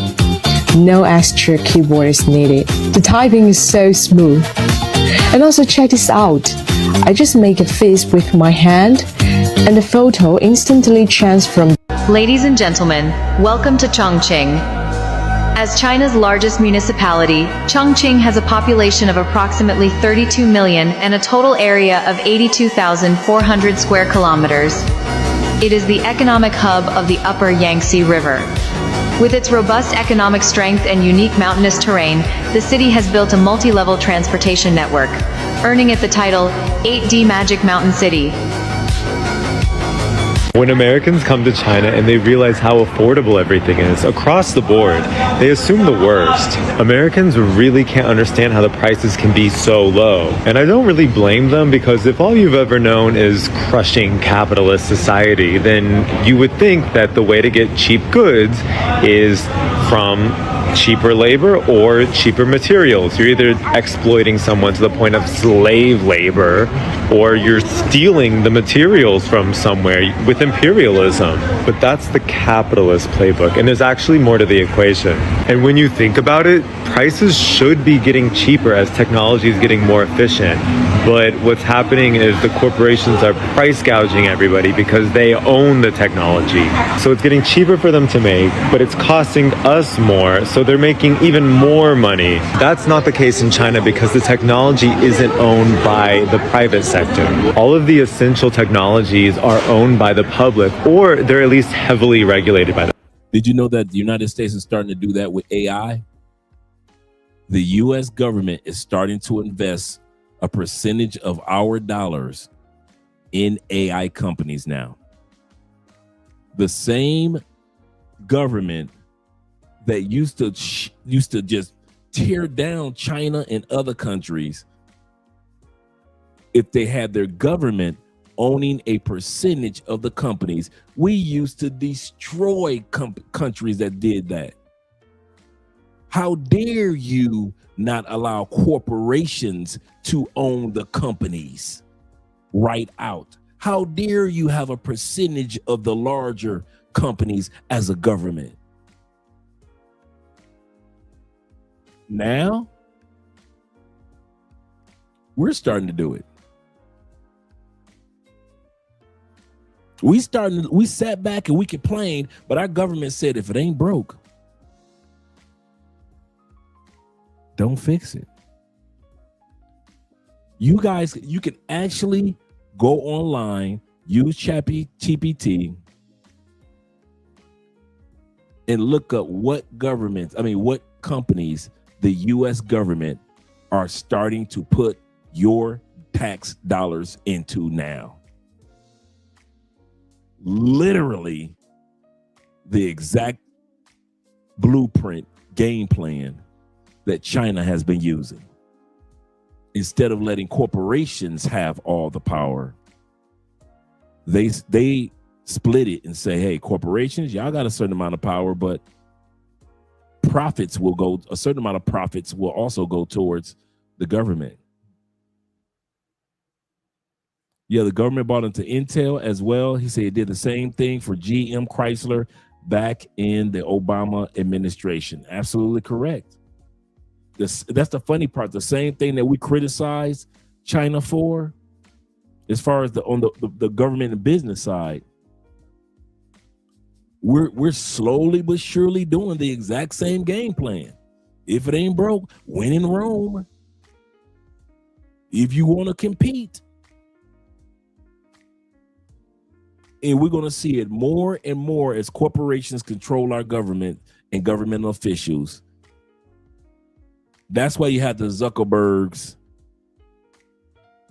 and the Bezos and all those other big weird corporate heads Elon Musk at the inauguration of the president, because corporations and government are going to become one in the United States, just like it is in China. All that talk that we did for all those years about China, now we're doing it. And we're going to be doing it on a massive scale. That's why I said this is the time period to make money.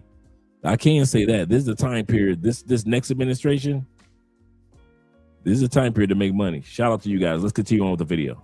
And the rapid development of this technology, that's how they keep prices so affordable as their country's developing so quickly. Actually, Karl Marx himself theorized about this. He said that in order to transition beyond capitalism, you have to develop your productive forces rapidly enough to outpace the capitalists. So the capitalist economy will be propelled by things like worker exploitation and slave labor, stealing resources and imperialism. The socialist economy is propelled by developing their productive forces. They have to make technology, make production more and more efficient until the majority of the production is under their control. That's why China has such a disproportionate amount of the world's factories, and that's why they're making so many of their factories fully automated with robots in them and everything. And that's why they're going to win the AI race, and they're going to win the robotics race, and they're going to win the electric vehicles race, and they're going to win the space race. And what other races are we in? We just got our business license, our official Passport Visions business license here in Shanghai, China, and we're about to open it up and see what it looks like. You see what they say right there? Prince. I couldn't even imagine the level of money that these kids are going to make by the time they hit 30. I would love to see these kids at 30 years old. The level while everybody else is back in the States dropping it like it's hot, walking around with their pants hanging down, dealing with the war of the roses. Black men don't like black women don't like this couple right here. While all of that rhetoric is going on back home, these kids had enough sense to get a passport and get the hell away from that mess. And now look at them. These kids ain't even 25 years old yet. Can you imagine where they're going to be in 5 years? Shh. I wish somebody would have pulled my coattail about a passport when I was that young. That's royalty right there. Yes, sir. That's royalty. Let's open it. He was about to open it without me, but I was like, no, we got to open this together. So it's all in Chinese. No, we do not know what this stuff says. Let me open it. Here, you open it. What do? You unwrap that? Fun fact, this is our second business thing. Yeah. That's crazy. Y'all, we just got our business license. We can't show you really. I don't know. But I think we can because this is stuff that would go like in the office. Full name and stuff though. Yeah. Well, I'll cover it. But yeah, you guys, this is our business license. Woo! It's crazy. And it comes with the red stamps as well. Yeah. Here in China, when you get business licenses and stuff, you have to stamp your initials or your fingerprint. Yeah. Somewhere on the paper, on the contract or whatever. Mm-hmm. So yeah, that's different. But here are the stamps right here. Yeah, they got the stamp. That's crazy. That's crazy. It literally comes with the stamps and everything, you guys. We finally got our Passport Visions paperwork, like for our business here in China. If you guys want to know how to get a business in China, click the link in the bio and we'll hook you up. So one of the reasons that probably a lot of passport bros won't come to China is because it requires more personal investment than other countries.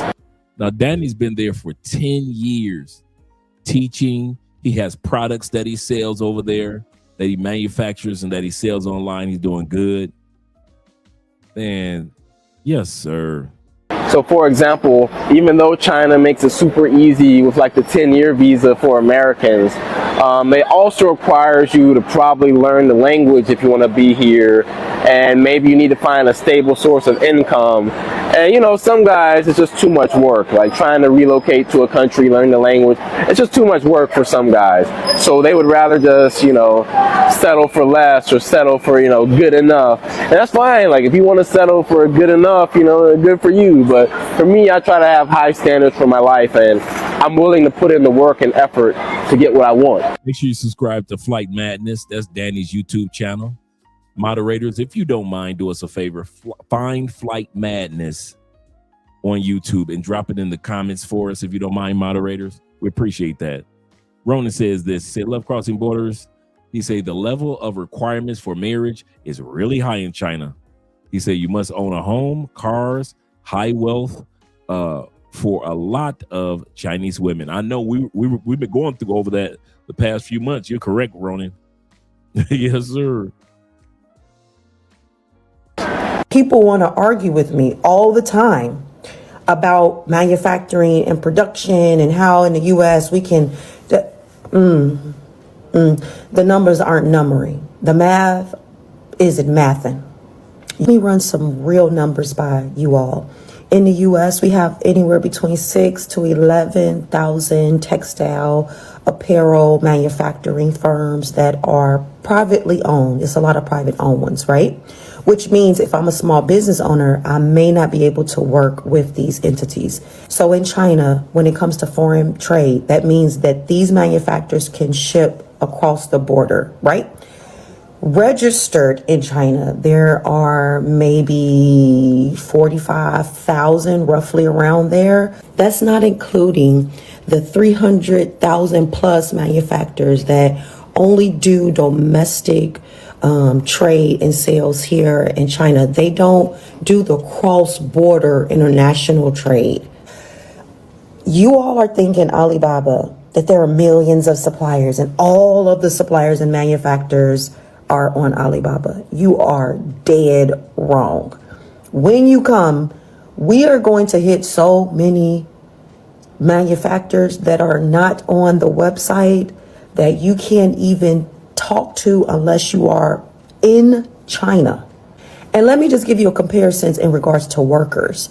In the US, with that 6,000 to 11,000, manufacturers there, you got anywhere between 200 to 250,000 workers. In China, just with the 44,000 alone, you have over 5 million workers. Just with that 45,000.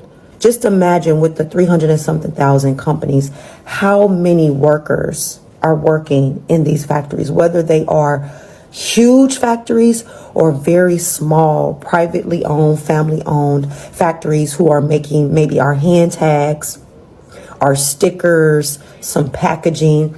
There are hundreds of thousands. You do the math, you do the numbers, and then you come back and you tell me, which one would you prefer? I think the hardest thing people don't talk about is that coming to live in China, and then you realize this is one of the best places you ever could live in, like the sort of lifestyle, sort of life quality is incredible. But then you start to think as a foreigner, oh, maybe I could consider living here forever or for the next 10 years or for a longer period of time.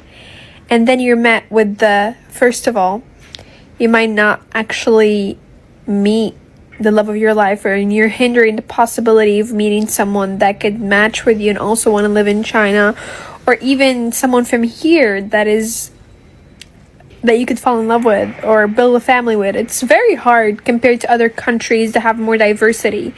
That's the first thing. Remember, as I mentioned before, and we've seen this for the last couple of years, that when it comes to the business side, sisters are doing great. I'll give them that. When it comes to the relationship side, as this young lady is saying, once again, the passport sisters are struggling trying to find love. Second thing with China is that it's so hard to get a residence permit. It's not one of those countries where you could just live for 5 years and then all of a sudden you have a residence permit through your work or through your school. No. Thanks, moms. Do us a favor, guys. Make sure that you subscribe to our brother Danny's Flight Madness YouTube channel over there in China, as well as other parts of Southeast Asia as well. He's really been doing good, man. He teaches guys also how to become a teacher. If you want to know what steps to take, you can actually reach out to him if you want to become a teacher out there in Southeast Asia as well as any other part of the world. So make sure you reach out to Danny. Make sure you subscribe to his channel, man. We got 106 in the building. Make sure he gets at least 50 people subscribing to his channel, man. He's a really good brother, man. And he's been out there in China for 10 years doing his thing. No, you always have to give a reason to be here. You always have to apply for a visa. I heard that maybe there is like some sort of green card you could get, and it's a long, hard process to apply to. But generally, it's so hard to settle down here. But at the same time, you try to consider going other places and elsewhere, and you're like, where can I go? Like, nothing compares to living here. I don't know if I'm the only person who's experiencing this. For example, if you move to China, if you move to a tier 1 city, your apartment might cost you $700 per month. It's pros and cons. If you live in a tier 2 or a tier 3 city, those cities have more locals, but these locals, they don't speak English. So what you have to do is make a decision. If you want to live near Chinese people that speak English, the cost of living is higher, the salaries is higher. The higher paying jobs are in the tier 1 city. Okay, we're in tier 1 cities. Average place, 4,800. You say, but you're saving per month. Okay, 3,400 in a tier 2 city.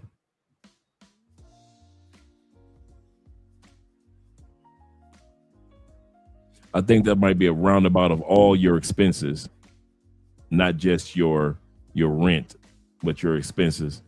And I figured that anybody that's making 5,000, he pretty good. Cities. Tier 2 probably has the best cities in China because they have an even balance of locals, they have an even balance of foreigners, and the cost of living is not expensive. You can make 3,000 a month in a tier 2 city, and your rent can only cost $250 a month. Damn. That sounds like Cali, Colombia. Month. You know, I'm the type of person, I like to live good. I want to come home to a comfortable, cozy apartment. But Dongguan was only an hour and 30 from Guangzhou. So anytime I needed to take a break from the local, I could Uber to Guangzhou, or I can take a train that would cost me like $10. I could spend my whole day in Guangzhou and come back to my apartment later on at night. This is our $1,200 a month penthouse here in China. This place has crazy features before entering the unit, such as a key fob entrance, face scan to enter your building, and we even have a private elevator that takes us right up to our front door. Can you believe it? To enter our unit, all you have to do is place your thumb on the door handle and it reads your fingerprint, and then voila. Our penthouse consists of 4 bedrooms and 3 bathrooms. We're only 2. You got a nice spot, Ronan. You got a home for 800. Yep, that's what's up, brother. People, so of course we're going to be turning up. That's not bad for $1,200. I ain't gonna even lie, Statesiders. Y'all gonna have to convince me, Statesiders. Why not leave the states? A private elevator that takes us right up to our front door. Not a Can you private believe elevator? it? To enter our unit, all you have to do is place your thumb on the door handle and it reads your fingerprint, and then voila. Our penthouse consists of 4 bedrooms and 3.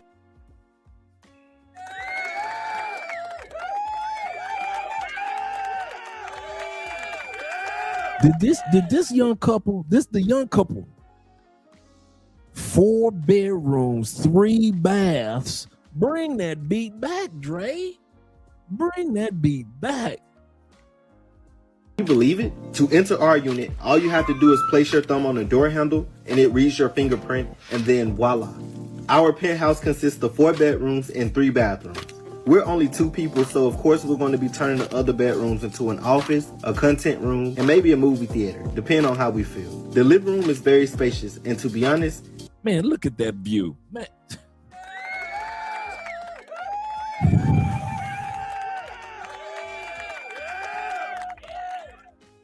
Man, you know what's gonna happen.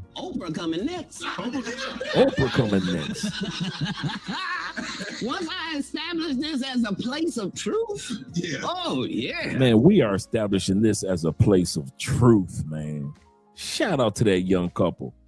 This is what sold us when searching for the perfect penthouse. I mean, look at all of this room. Furnished, mind you. The next thing that sold us was the kitchen. If you don't know, your boy MJ is a chef, so I like to throw down in the kitchen. So once I saw how much room the kitchen had, my mind was already made up. And yes, it came furnished 100%, meaning we didn't have to purchase any of the furniture items that you see. All we had to do, let it sink in, let it sink in, let it sink in. I want you to feel it in your chest. All you dudes in the States that's paying that money for your apartment and your house, I want you to feel it all in your chest. Oh my God, it hurts to just, these young people are doing it. They are doing it. Was pay and move in the same day. This penthouse also, you talk about no credit check, like in the States, no first month's, last month's rent. Oh my Lord, I want y'all to feel this in your chest. Bring that beat back again, Dre. Bring it back again. I want all you dudes is paying $3,000 a month, $4,000 a month for one bedroom in Medellin. I want you to feel it in your chest. A private elevator that takes us right up to our front door. Can you believe it? To enter our unit, all you have to do is place your thumb on the door handle and it reads your fingerprint, and then voila. Our penthouse consists of 4 bedrooms and 3 bathrooms. We're only 2 people, so of course we're going to be turning the other bedrooms into an office, a content room, and maybe a movie theater, depending on how we feel. The living room is very spacious, and to be honest, this is what sold us when searching for the perfect penthouse. I mean, look at all of this room. The next thing that sold us was the kitchen.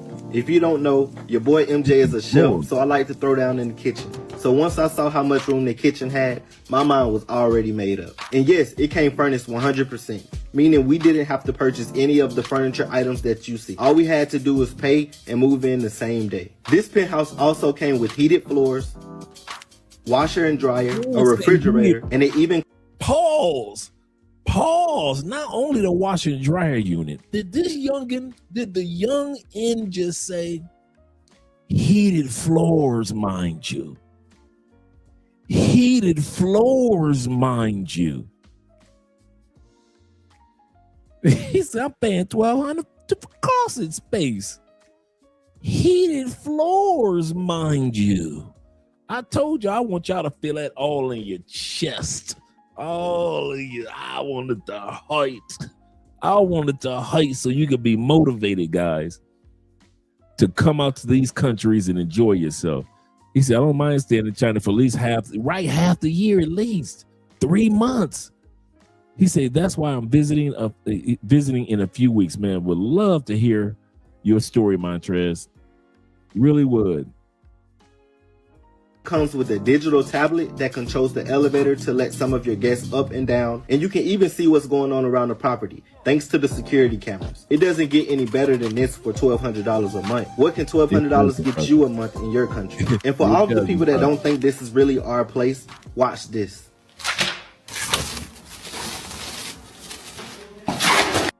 Come on now. Brand new refrigerator, taking the plastic off. Taking the plastic wrap off of the washer and dryer unit, mind you. I want you to feel it in your chest. Oh, I know some of y'all gonna watch this live stream. Your chest just aching. You need some Vicks Vapor Rub. You need your girl to just rub on your chest and tell you it's gonna be all right. Because you paying so high of a price back home out west. Canada, United States, UK's. Oh, I know your chest hurting right now. He said, yeah, I'm not moving abroad to spend $3,000 on rent. He said, objective is to reduce my costs. Absolutely correct. He said, $12 is only a couple hundred less than what I'm currently paying right now. Yes, sir. Yes, sir. But I know you ain't getting this for $1,200 in the States. Let's say you're paying $1,500 right now, Charles. Let's say you're paying $1,800. You ain't getting this $1,800 with brand new everything in the States. I don't know one state that you can get brand new. You can't get this brand new apartment like this in Mississippi. Mississippi is considered the least priciest state in the union. You can't get an apartment like this for $1,800 in Mississippi. Ooh, say it with your chest, young folks. Say it with your chest, young folks. Fully furnished. Look at the sky view. Look like Superman can fly right past like your neighbor. You can get this. No, you ain't getting this in Texas. I ain't gonna believe that. Come on, I ain't been away from the States that long. I have not been away from the States that long. You cannot get this in Texas. I'm gonna say this again. There's a lot I don't know about the United States, but I am not about to sit up here and believe that you can get a place like this, furnished, brand new everything, heated floors, private elevator, face recognition, the gym, and you got a view of everything like you're looking at Manhattan in Texas. In Texas, mind you, from 12 to 1800. For all you Texans that are here, what city can you get this for 12 to 1800? A 4-bedroom,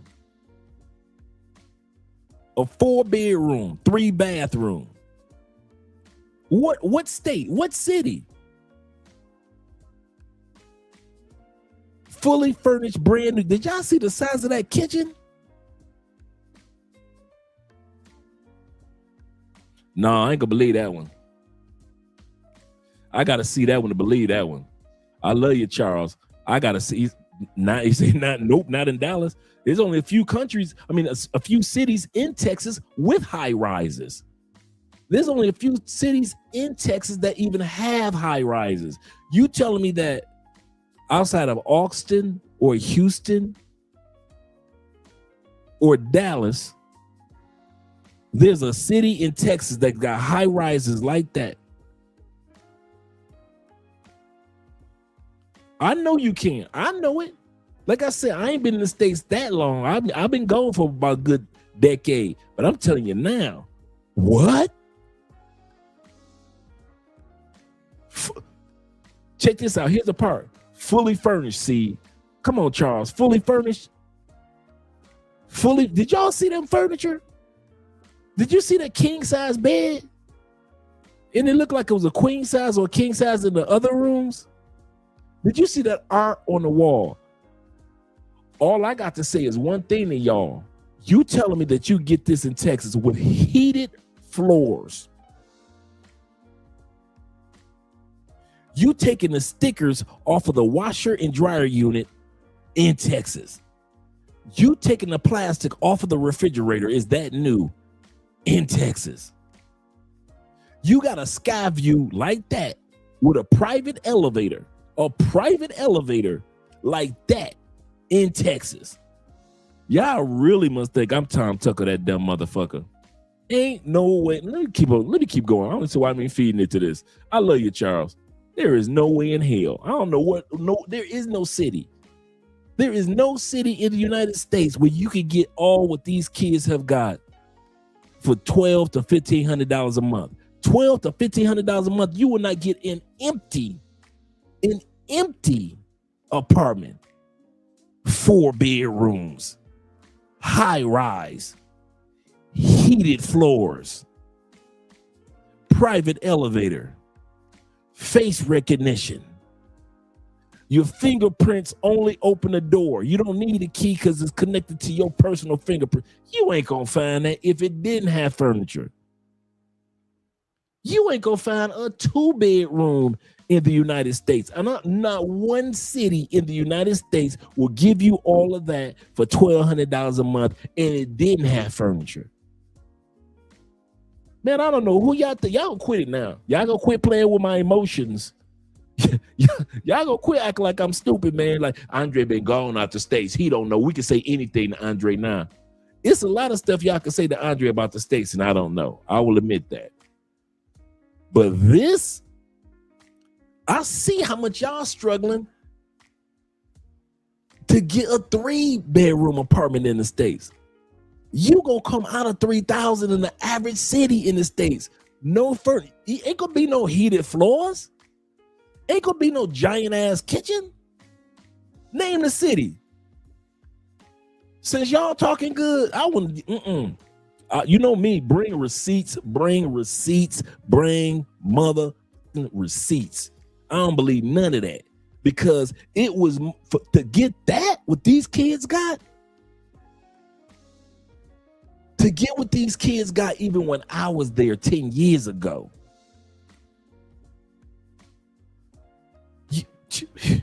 You was gonna pay out your ass. You ain't getting no heated floors. You ain't getting no sky ride. Don't look down at you looking down at the moon in that apartment.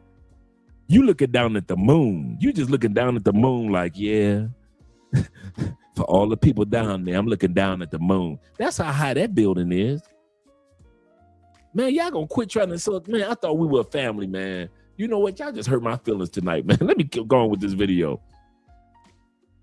Y'all hurt my hurt my feelings, man. There is no city in the United States that you gonna get all that them kids got for no damn $1,200 a month. And y'all know it. I don't know why y'all even want to put that in the comment section. Like I'm Tom Tucker, that dumb mother. I'm supposed to believe that.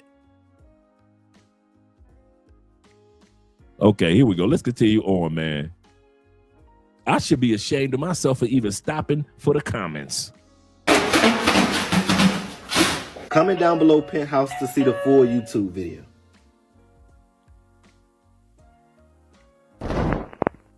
I live in China. Guess how much it costs to rent a 3-bedroom, 2-bath apartment, furnished. 3-bedroom, 2-bath apartment. Let's listen to what the white. Maybe y'all believe the white man. Maybe if the white man said it, y'all believe it. Let's listen to what the white man gotta say. Go ahead, white brother. Go and tell us what you pay for a 2-bedroom, a 3-bedroom apartment, all furnished in a nice area of town. Let's see what the white man paid for his high rise. Maybe you believe the white man. An apartment like this. Go ahead, take a guess. Building like this, $450 US. I lived in Utah. I was paying $2,200 for a 2-bedroom, 2-bath apartment. I also lived in New York City for a bit. We were paying $3,400 US for a 2-bedroom, 1-bath. This is a nice neighborhood, beautiful walking trails, gated, 3-bedroom, 2-bath, furnished apartment, $450 a month. This is in like outside of Shanghai. It's called Nantong. Man, you can get that in the States. 3-bedroom, 2-bathroom, you furnished. You can get that in the States. You mother's crazy. Y'all must really think I'm stupid. There is nothing in here tonight but water, okay? Okay, I'm only drinking water, gentlemen. It's about a tier 3, tier 2, between tier 4, depending on who you ask. That's another story. Yeah, living in China can be very affordable. We have everything we need here. It's beautiful, it's safe, delicious food. The people are amazing. The culture is rich and deep. So many interesting things to see and do. If you're interested in China, check my link in bio, and please like and follow to see more China content. Me and my family, we live here and we love it. I try to make content every day. Thanks. China is next level. Look at what happens when you park your car. So there's no meters or anything because China is basically cashless. Everything is through these QR codes. You basically QR, pay for your parking spot. And then, look, there's this little green thing down there. Do you see it? Looks normal, right? That is so that you don't leave if you've stayed longer than you've paid for. How do I know? Well, this one is flat, but if we come over here, no, not this one. Yeah, look at this. This one has tilted upwards and it's basically stopping your car from moving. And if you try to drive away, well, you're going to destroy the car. And it just pops up when your time runs out. How insane is that? Scooter parking and everything, that is free. There's a ton of scooters in China. There's also a ton of cars in China. But one thing that I want you to really listen for right now.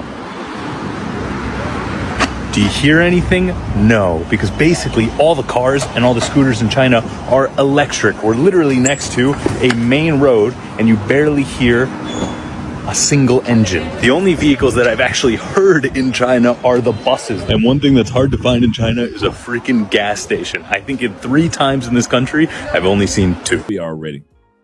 Me and Andre have been to a couple of restaurants with these right here, with the robotic delivery of your meal. They got those in Colombia already.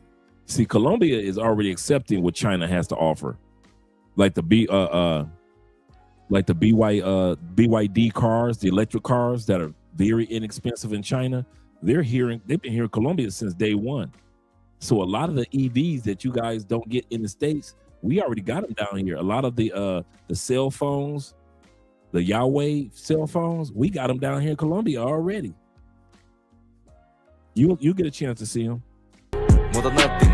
This is what the Chinese smartphones that are illegal in the United States look like. This is Huawei, a Chinese smartphone company that was poised to become the largest in the world before it was banned by the US government from working with Yep, that phone is here already. It's been here for about a good year.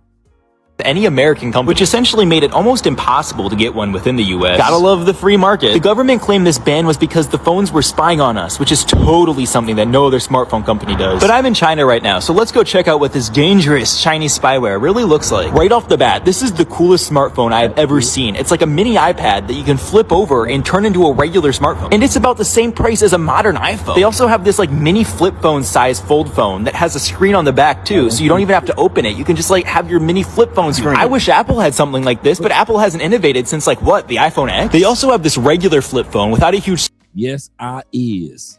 Yes, I is. They got that here. Yep. You can get them in Exedo, that exact phone. All those phones are here in Exedo and the malls and everything else. You can't get those phones at all in the States, and that's the sad part. Screen on the back, which is like kind of boring compared to the other phones they made, but blows anything Apple has made recently completely out of the water. It's almost like these Chinese smartphones are better than American smartphones, and if they were sold in the US, American tech companies would have to spend money innovating instead of giving bonuses to their executives. God, did anybody think of the shareholders? Don't worry, the US government did, and that may or may not have something to do with why they were banned in the US. 6 everyday things in China that made me realize we're living in the past. Let's go. Nah, but it's embarrassing how behind the rest of the world is. Watch this. Number 1, face or palm scan payments. You don't need your phone or your wallet out here. You can actually scan things with just your face and your palm alone. And a lot of times, if you're trying to get into like a water park or an arcade, you just scan your face to get in. Number 2, delivery robots. And I'm not just talking about the food robots that you see on the streets, because a lot of other places have that as well. I'm talking like legit AI robots that'll deliver your food straight to your door. I've also been in the malls and seen robots dancing and talking like normal people. It's scary. Number 3, public toilets with heated seats and self-cleaning systems. But Christian, that's not really high tech. I'm not talking about the heated seats alone. No, I'm talking about toilets with legit sensory flush, bidets, music, strobe lights coming out of there. Like, you guys don't understand. The best feature out of all of this is how it auto cleans after every person, even in public parks. Number 4, high-speed trains that make planes look dumb. Most of these times, these trains go insane speeds and it doesn't even make sense to fly. And most of the time, they come fully serviced with plenty of staff and food, and they're way cheaper than a lot of these flights. Number 5, the traffic lights with countdown timers. Every single intersection has a huge timer on it that tells people when exactly it's going to turn red or green. And the craziest thing is that the GPSs also reflect the timer on the screen, so you know exactly when to go or stop. Number 6, smart trash cans that can talk and sort your garbage. The trash cans here will scan what you toss, and if you toss it in the wrong section, you will have a robot screaming at you. And there y'all have it. Those are 6 futuristic things here in China. I hope y'all enjoyed that episode. I love y'all. Be safe. Peace. Privileges that we had in America that we don't quite have in China. So first off, in America, we at least had the privilege of getting a credit check every time we wanted something of value, such as a car or even a simple apartment. Versus in China, or even Asia in general, all they want to know is if you can afford the rent. When we went to go look for an apartment, they just simply told us the fees and we paid the money for our apartment and moved in. In America, we had the privilege of worrying about our safety. When we were in America, we at least were allowed to carry, just in case some things went left. Versus in China, people don't even carry guns here. Could you imagine living life not even having to worry about protecting yourself? That's insane. Also, in America, we had the privilege of paying expensive bills. I mean, how could you possibly not want to pay $400 a month for a light bill? Also, in America, we actually got to live the fast life. We were never able to actually live life at our own pace, always worrying about bills and just worrying about money all the time. Here in China, we actually get to live life at our own pace. And we actually get to think about what we want to do in life. And these are privileges that we had in America that we don't quite have in China. So y'all really think that China stole manufacturing and money from the U.S.? Well, I'm in China right now. So let me give y'all a history lesson. In the 1970s, after World War II, the U.S. was booming in manufacturing. Clothes, textiles, all kinds of stuff they were making, right? Then, in the 1970s, the U.S. said, you know what? The unions, blame it on the unions. The unions said, you know what? We want higher wages. Back then, union workers were making about $3 and some change an hour. That's equivalent in 2025, $29, $30 an hour. So the workers said, we want more money. The union said, we want more money to give to the workers. Then the company said, hell to the no. We going somewhere else because we don't want to pay you all more money. These are American companies saying this about Americans. So what they did was they took their manufacturing. I remember that when I was in elementary school and they taught us about outsourcing, even in elementary school, like 8th, 9th, 7th grade. When we first started outsourcing, you know, if you're from Detroit, you know this. When they first start outsourcing the auto industry cars to Mexico. You know, when you grew up in a manufacturing city, you knew about this before other cities because you were raised around it. You were raised to see your uncles and them either lose jobs or get transferred to be the NAFTA. Absolutely correct. We learned about NAFTA. Yep. Absolutely correct, brother. Good call. Good call. So for us that was raised in manufacturing cities, all that's happened over the last 50 years with America and manufacturing, we already saw it maybe 5-10 years prior to the rest of America waking up. I kid you not. If you were raised in the Midwest in a manufacturing city, you already saw this. Absolutely correct with NAFTA. They taught it to us in school. It wasn't like something that your parents taught you or you heard about it by whispers. They literally taught us in the Midwest, this was about to happen to the companies in the United States, the manufacturing companies. The rest of y'all found out like 5 years later, but we was raised on it. He said, that's why we got to get out of the states and stay out. Absolutely correct. He said, China, he said, they have so many people that can fight a war for hundreds of years without using their military. This is true. To China in the late 1970s. Listen to this. So China said, because already China said, come on over the U.S. Well, actually, they didn't even say come on over. The U.S. came over to China looking for cheaper labor, and that's exactly what they found. But then you had Korea and you had Japan saying, you know what, we can do the same thing too. And China said, hell to the no. We're going to actually lower our prices, and then we're going to do these social economic locations and not only help our citizens, right? We're going to also help U.S. companies when they're coming in here. So what China did with their citizens is that they put certain cities like Shenzhen, Guangzhou. See, this is where all our consumer goods are coming from this area, from the Guangdong area. You got Dongguan, Foshan, Guangzhou, all these other places, right? And so what took place was China said, no Korea, no Japan, you ain't about to get this money, so we're going to lower our prices even more to make it a more incentive, for the U.S. market to come on down. So that's exactly what they did listen, y'all. China are some bad mama jammas. They lowered the prices, and then turned around in the 80s. Japan and Korea had to come to China for some of their stuff.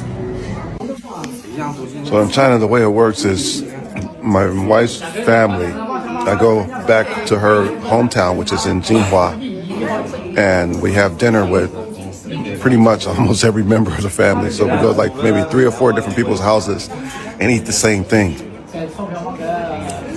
It's not like the cookout, like back home. You got to get used to some of the food. So you do miss your home cooking. I miss my aunt's cooking, my grandma's cooking, my family's cooking. I miss that. But, you know, it is the same kind of warm and happiness you have back home. You have that here.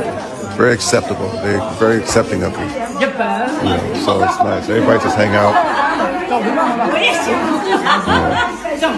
Now, I can speak a little Chinese, but I cannot speak Jinhua. Jinhua is a different dialect in China.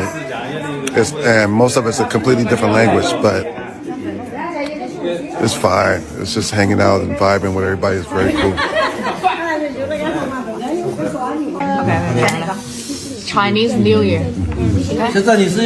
It's my family. My family.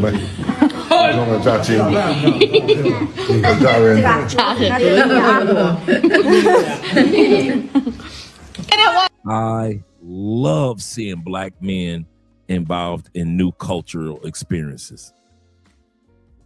You know, from hearing T-Max and Theo's stories in Japan, to brothers like me in Colombia, to Ronin travels in the Philippines and Richie Mack in Thailand. I love seeing Black men interacting with new families. Just interacting, just discovering new recipes, new foods. Some you agree with, some you don't agree with. But just the camaraderie, man. Just the fact that you're the new member of the family, that's different. To sit back and anybody can say they got all Chinese people in their family, but to have that one brother in their family, or even that one sister in their family, breaks up the dynamic to where now they can learn something new. We can learn from them about their culture. They can learn about our culture outside of entertainment. I love the fact that Black men are now in a position to where we can define how people see us and understand us. Prior to travel, people could only use media. They could only use television shows and think that we are all Will Smith or all Michael Jordan, all Muhammad Ali, all Barry Sanders, all Mike Tysons. They thought we were all hip-hop dancers. And just sit back and you just look at it now. Now you can stand in front and allow your behavior to define what people think of Black people. Coming from the States. I love that, man. I love the fact that they can ask us questions directly. They don't have to turn their television on. They don't have to look at their cell phone for a music video. They can actually meet us face to face to face. I love it, man. I love every time. There's not one time that I've gone around Andre's family that I didn't know, I didn't acknowledge the responsibility that I have as a person representing Black people from my nation, from my country. I know that I have a responsibility, so I don't go acting a fool, and I don't embarrass me because I don't want to embarrass you. I don't want anybody to assume that what they see on TV or what they see on social media on World Star, that's how we all are. And I love seeing brothers like this brother that shows the world that that's not us. That's a small segment of us, a small group of us, Pookie's and Ray Ray's and Keisha's and LaWanda and them. I love that they get a chance to see us getting married, or if not married, in solid relationships with their loved ones. People in the Philippines appreciate when they see us in serious relationships, even if it's not marriage yet. In Thailand, they love seeing us in serious relationships, even if it's not marriage yet. Colombia, same thing. Brazil, same thing. Mexico, Europe, same thing. They love seeing us with one of theirs. And we're a good representation. Girl, you got a good one. We are ambassadors, whether you want to admit it or not. Whether you want to, well, I'm just coming out the party. You are still an ambassador. If only for 5 days, you are an ambassador. And that's why we're so adamant about the guys that that somehow embarrass us, because they're ambassadors too. I love seeing this because I can relate to this. I can relate being that person in the family, knowing enough of the language to relate and have conversations. But my energy and my personality allows everybody to enjoy me. I'm always dancing with Andrea's family. I'm always in Colombia, Cali. You're going to do salsa, cumbia, bachata, merengue. You're going to do some type of dancing. Shout out to Theo in the building. He said, hey, I thought everyone in my class was was hip hop dancers. Right. Right.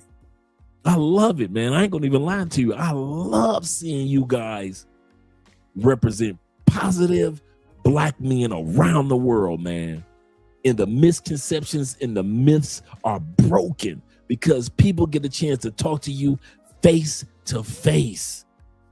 In many families, you're the first Black person that they've ever had a chance to ask all these questions about your country. What about this? What about that? What do y'all eat? What do y'all do? Da, da, da. And it's not just what MTV told them or what Yo MTV Raps said or what Rap City said or what 106 in Park said. It's them standing face to face and hearing us talk about all that we're accomplishing, such as being in Theo's classes and all the other things that we've accomplished. Sometimes we get a chance to answer the question, why here? A lot of times the family members will ask, why did you come to the Philippines? Why'd you come to Colombia? You American. Why'd you come to Brazil? Why you in Rio? And you get a chance to explain to them how valuable their family dynamic is compared to how our dynamic is back home. I didn't know you had to take a test to Andrea's family. I didn't know you had to take a test to get your citizenship in Colombia. You got to take a test? They didn't know that. Now they know through me all the steps that needs to be taken to become a citizen. Same thing with all you guys, man. I love it, man. I'm proud of us all. I won't even lie. He said, I'm gonna come down to Cali one day soon. Come on down, brother. Come on down. Nazarene said this. He said, I noticed how the states will hop all over someone, like the idiot who got booked in Brazil. Correct. Say, but won't even make these brothers in China that are married and cultured go viral. Absolutely correct. They never give us the limelight. And shout out to Theo in regards to our class and homework. He said, get the likes up of all my students, or all my students will get extra homework. Boom. We know this is Armageddon time, so we don't need anything extra. He said, Dre, shout out to Zeta. He said, Dre at the gym. He said, I talked with an Asian woman, mainly Chinese or Philippine, usually, and some from overseas. If they had nothing but compliments for me, they like Black men, and you should see the smiles. Absolutely correct. absolutely, and I don't even have to see them. My imagination went right there when you're at the gym and relating to people and talking to people, or when you're somewhere else and just conversing with people. I love it. I love it. I love it for Black people, male, females, and families, when we experience and get a chance to showcase as embedded. Because realize this. I know I sound like I'm rambling, guys, but I'm making a point. Let's be honest. Outside of entertainment, and even in regards to that as well, our narrative has been dictated by the white propaganda machine. Can we be honest? I'm not saying white people. I'm talking about the American white predominant propaganda machine. They've propped themselves up, so no matter where white people go, hey, oh my God, I gotta get that white man. Right? I gotta get that white woman. They propped themselves up. Nothing wrong with that. Right? I ain't tripping. You in a position to prop yourself up? I understand, white folks. But in propping themselves up, they've worked just as hard to tear us down in the eyes of everybody else around the world, right? That's why it's so valuable for when we travel, we destroy, we put our foot on the neck of the narrative that whites have sold, that Blacks can't learn other languages, that Blacks can't start businesses in other countries, that Black can't find love in other countries, that Blacks can't go to Africa and relate to the African brothers and sisters, can't relate to the Asian population, can't relate to the South. They've sold the narrative that we couldn't do something. So when we counteract that with actual, by being actual living receipts, you are a living receipt. When somebody meets you, it's proof that there are some positive sisters and some positive brothers coming out of the States. So now when they look at what's going on television, they know that there's a difference between those Black brothers and sisters, Keisha, Aisha, Lawanda, Pookie, Ray, Nook, Nim, and us. They know that there's a pool of idiots and a pool of good folks because of our ambassadorship. And so if you don't think that you're an ambassador when you travel to these other countries, you need to stop thinking about only you. You represent a culture and a country of people. Act like it. Act like it. I kid you not. And I love seeing positive things like this. I love seeing positive things like this. I kid you not, man. This blesses my heart. And what, you know why it blesses my heart the most? Because I and you guys can relate to it.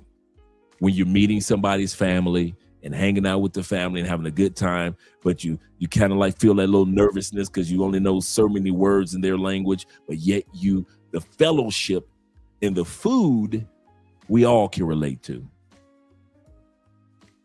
1, 2, 3. We have 15 people here. 来，我一个一个开的。还有这里，还有这里，还有。你告诉他们你叫什么？王浩哲。哎，可以，你可以。非常简单啊。是啊。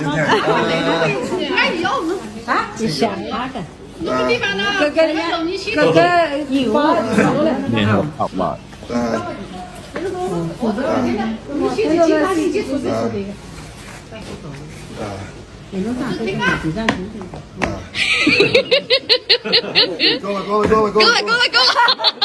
够了。You're not gonna like my answer to this question. 3 years ago, I made the decision to move across the world to Shanghai to go to university. I graduated 3 months ago and I have been living off my savings since then. My daily life includes teaching kids English, trying to improve my Chinese, traveling, building zine, and partying, of course. Zine Collective is the international creative community that we're building here. Navigating my 20s in Shanghai feels insane. I have absolutely no idea what I'm doing and my full faith is in God. I signed a lease for 6 months and I'm hoping that On this episode of Being a Model in China, today we're actually filming in more of a house setting, and I'm sitting here thinking like all the days that I would sit at home when I was younger, just filming myself, filming myself, and now I'm getting paid to do these things. Like, we live in a day and age where y'all can get paid to do anything that you do on the regular, like literally monetize your entire life.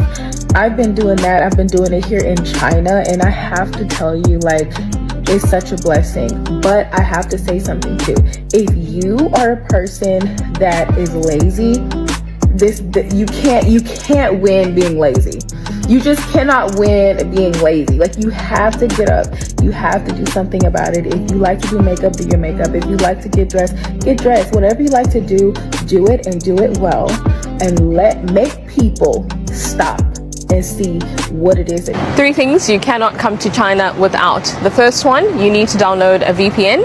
A lot of apps don't work here in China, so please make sure if you want to stay connected with people outside of China, you download a very good VPN. The second one, and I've mentioned this before, you need to have a good translation app.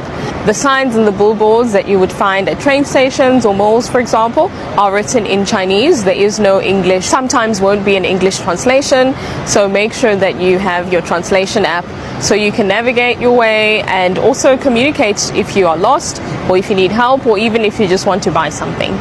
The third and most important one is Alipay. This is what you'll use to pay. In China, you cannot use your Visa or MasterCard when paying merchants, anywhere you go, so hotels, restaurants. These are the 5 things that I did to get my $340 apartment in China. Number 1, Visa, obviously. I think that goes without saying. Okay, next. Number 2, the apps, or APPs, as my Chinese friends say. I'm just going to put a list of apps here. You can screenshot whatever.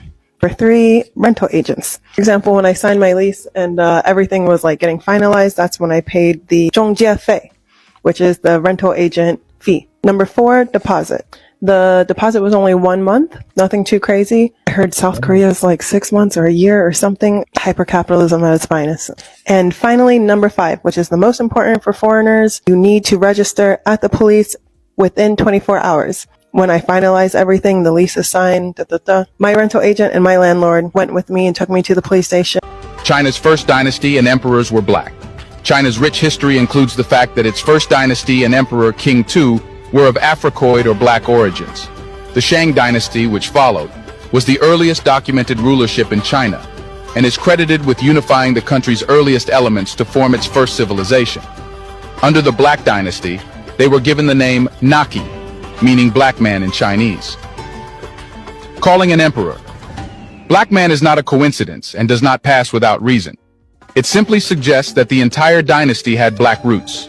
Fuxi, the legendary first Chinese emperor, was a woolly-haired black man who is said to have established government, social institutions, and cultural inventions, including the Book of Change, which is one of the oldest and most revered systems of philosophy. Some guys are following me. I don't know why they are following me, but let's see how it goes. I see some guys following me. Probably they want to talk to me, but I'm pretty sure they are shy. So let's see. Hello, Samara. 可以拍个照片吗？ Samara. 可以拍个照片吗？好，可以啊。谢谢。我会说一点点。哦，厉害。等一下，我看一下，我摆个姿势啊，我把摄像头这。啊，你拍视频呢？谢谢啊，谢谢。要拍视频。好。Looking like T-Pain up in there. 这很酷吗？酷，非常酷，非常酷。Very cool。你们是朋友吗 ？Yes， 我们是一起的。哎，你有短视频账号吗？可以啊，可以。我一会儿关注你。好。好。哎，我关注你，你短视频账号你叫啥？这是外国的抖音了，不是中国的抖音。啊，外国抖音。Yeah。Cool. Cool. Cool. All right. Very good. 好了 OK， 谢好了，谢。没关系啊，你慢慢走哈，慢慢走哈，拜拜。So I realized these guys were following me. They just wanted to take a picture. It's so crazy. They were following me, and I saw them following me from a distance. All that they needed was just take a picture, and they are so happy. Actually, they thought I was vlogging for the Chinese Douyin, and yeah. Bye bye.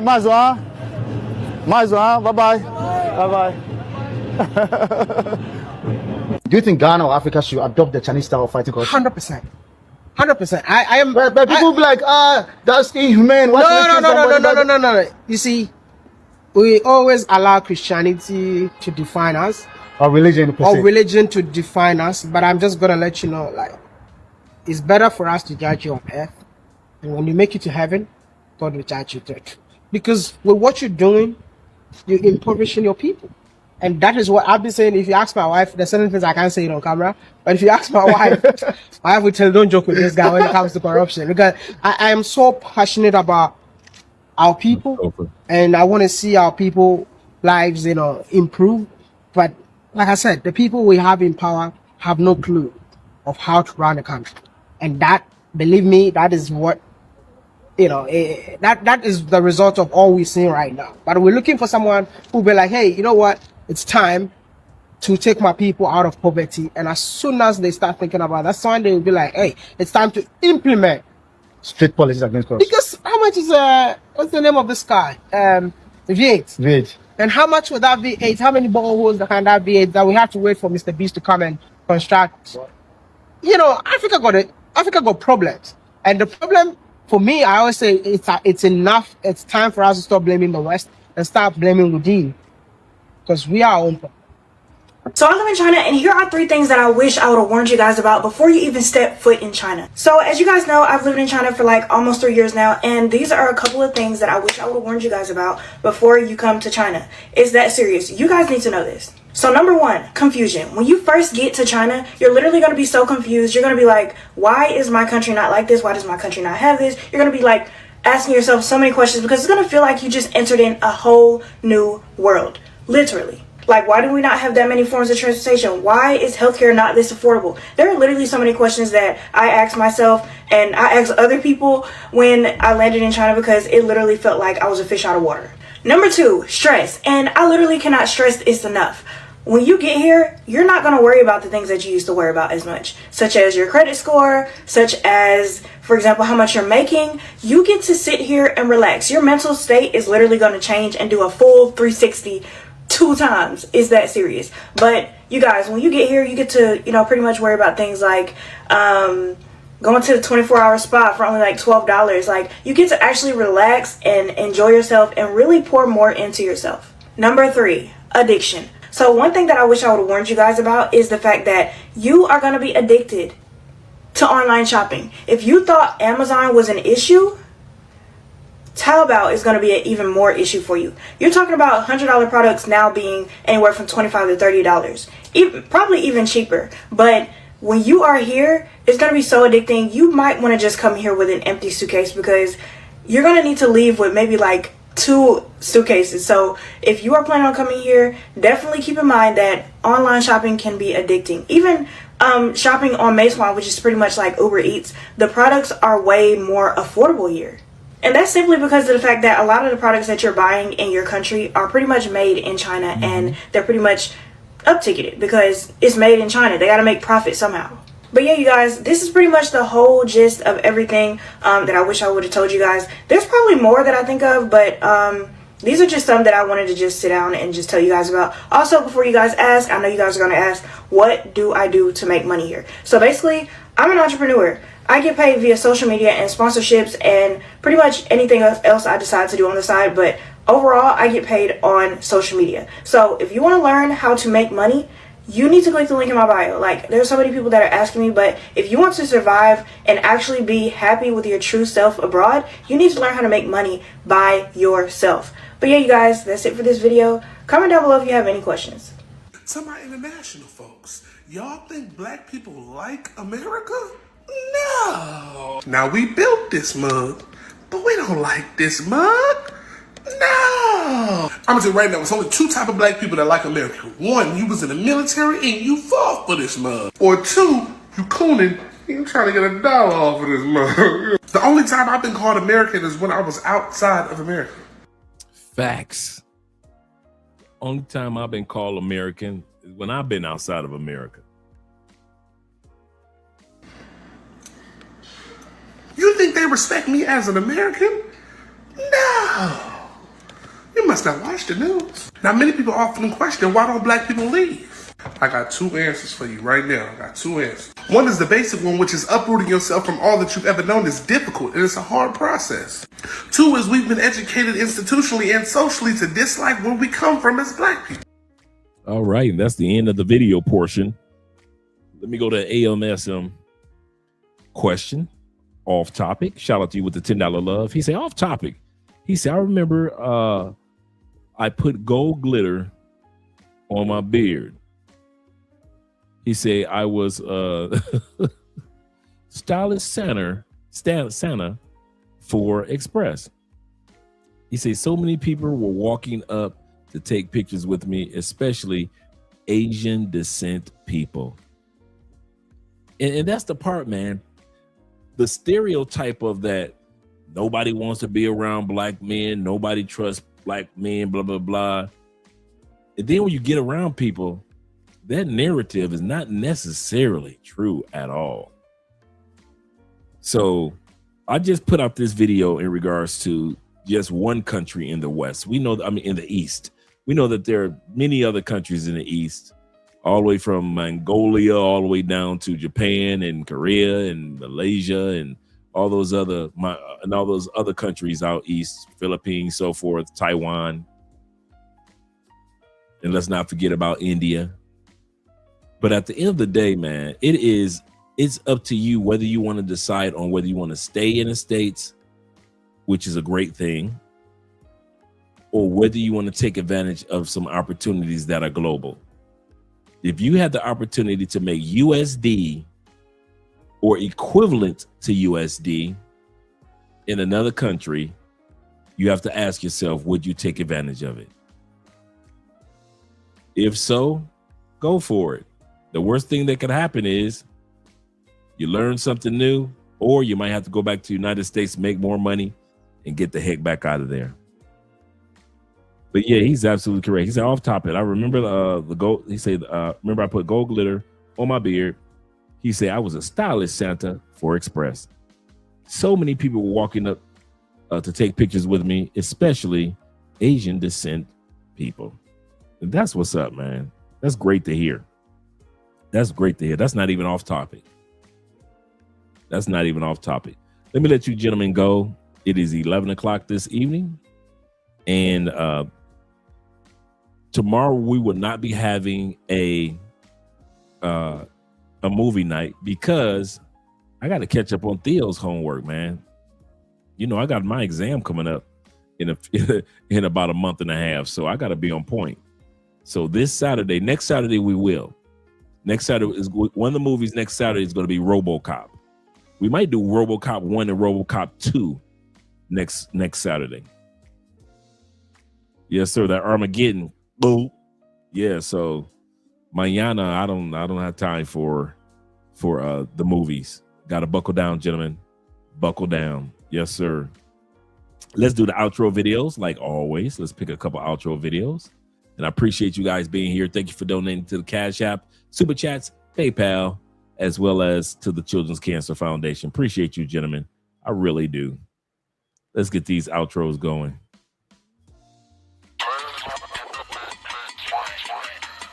Ella en mi casa ya, perrea en la disco como nadie más.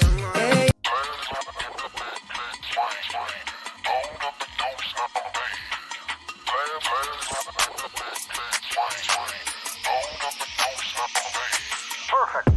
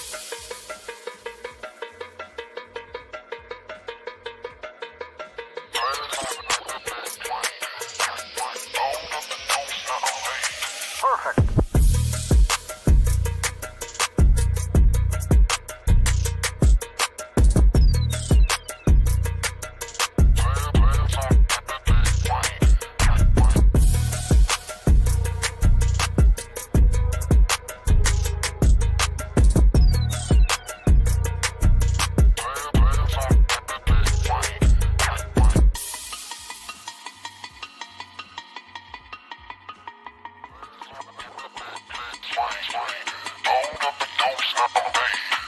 Play, play, play, play, play, play, play, play.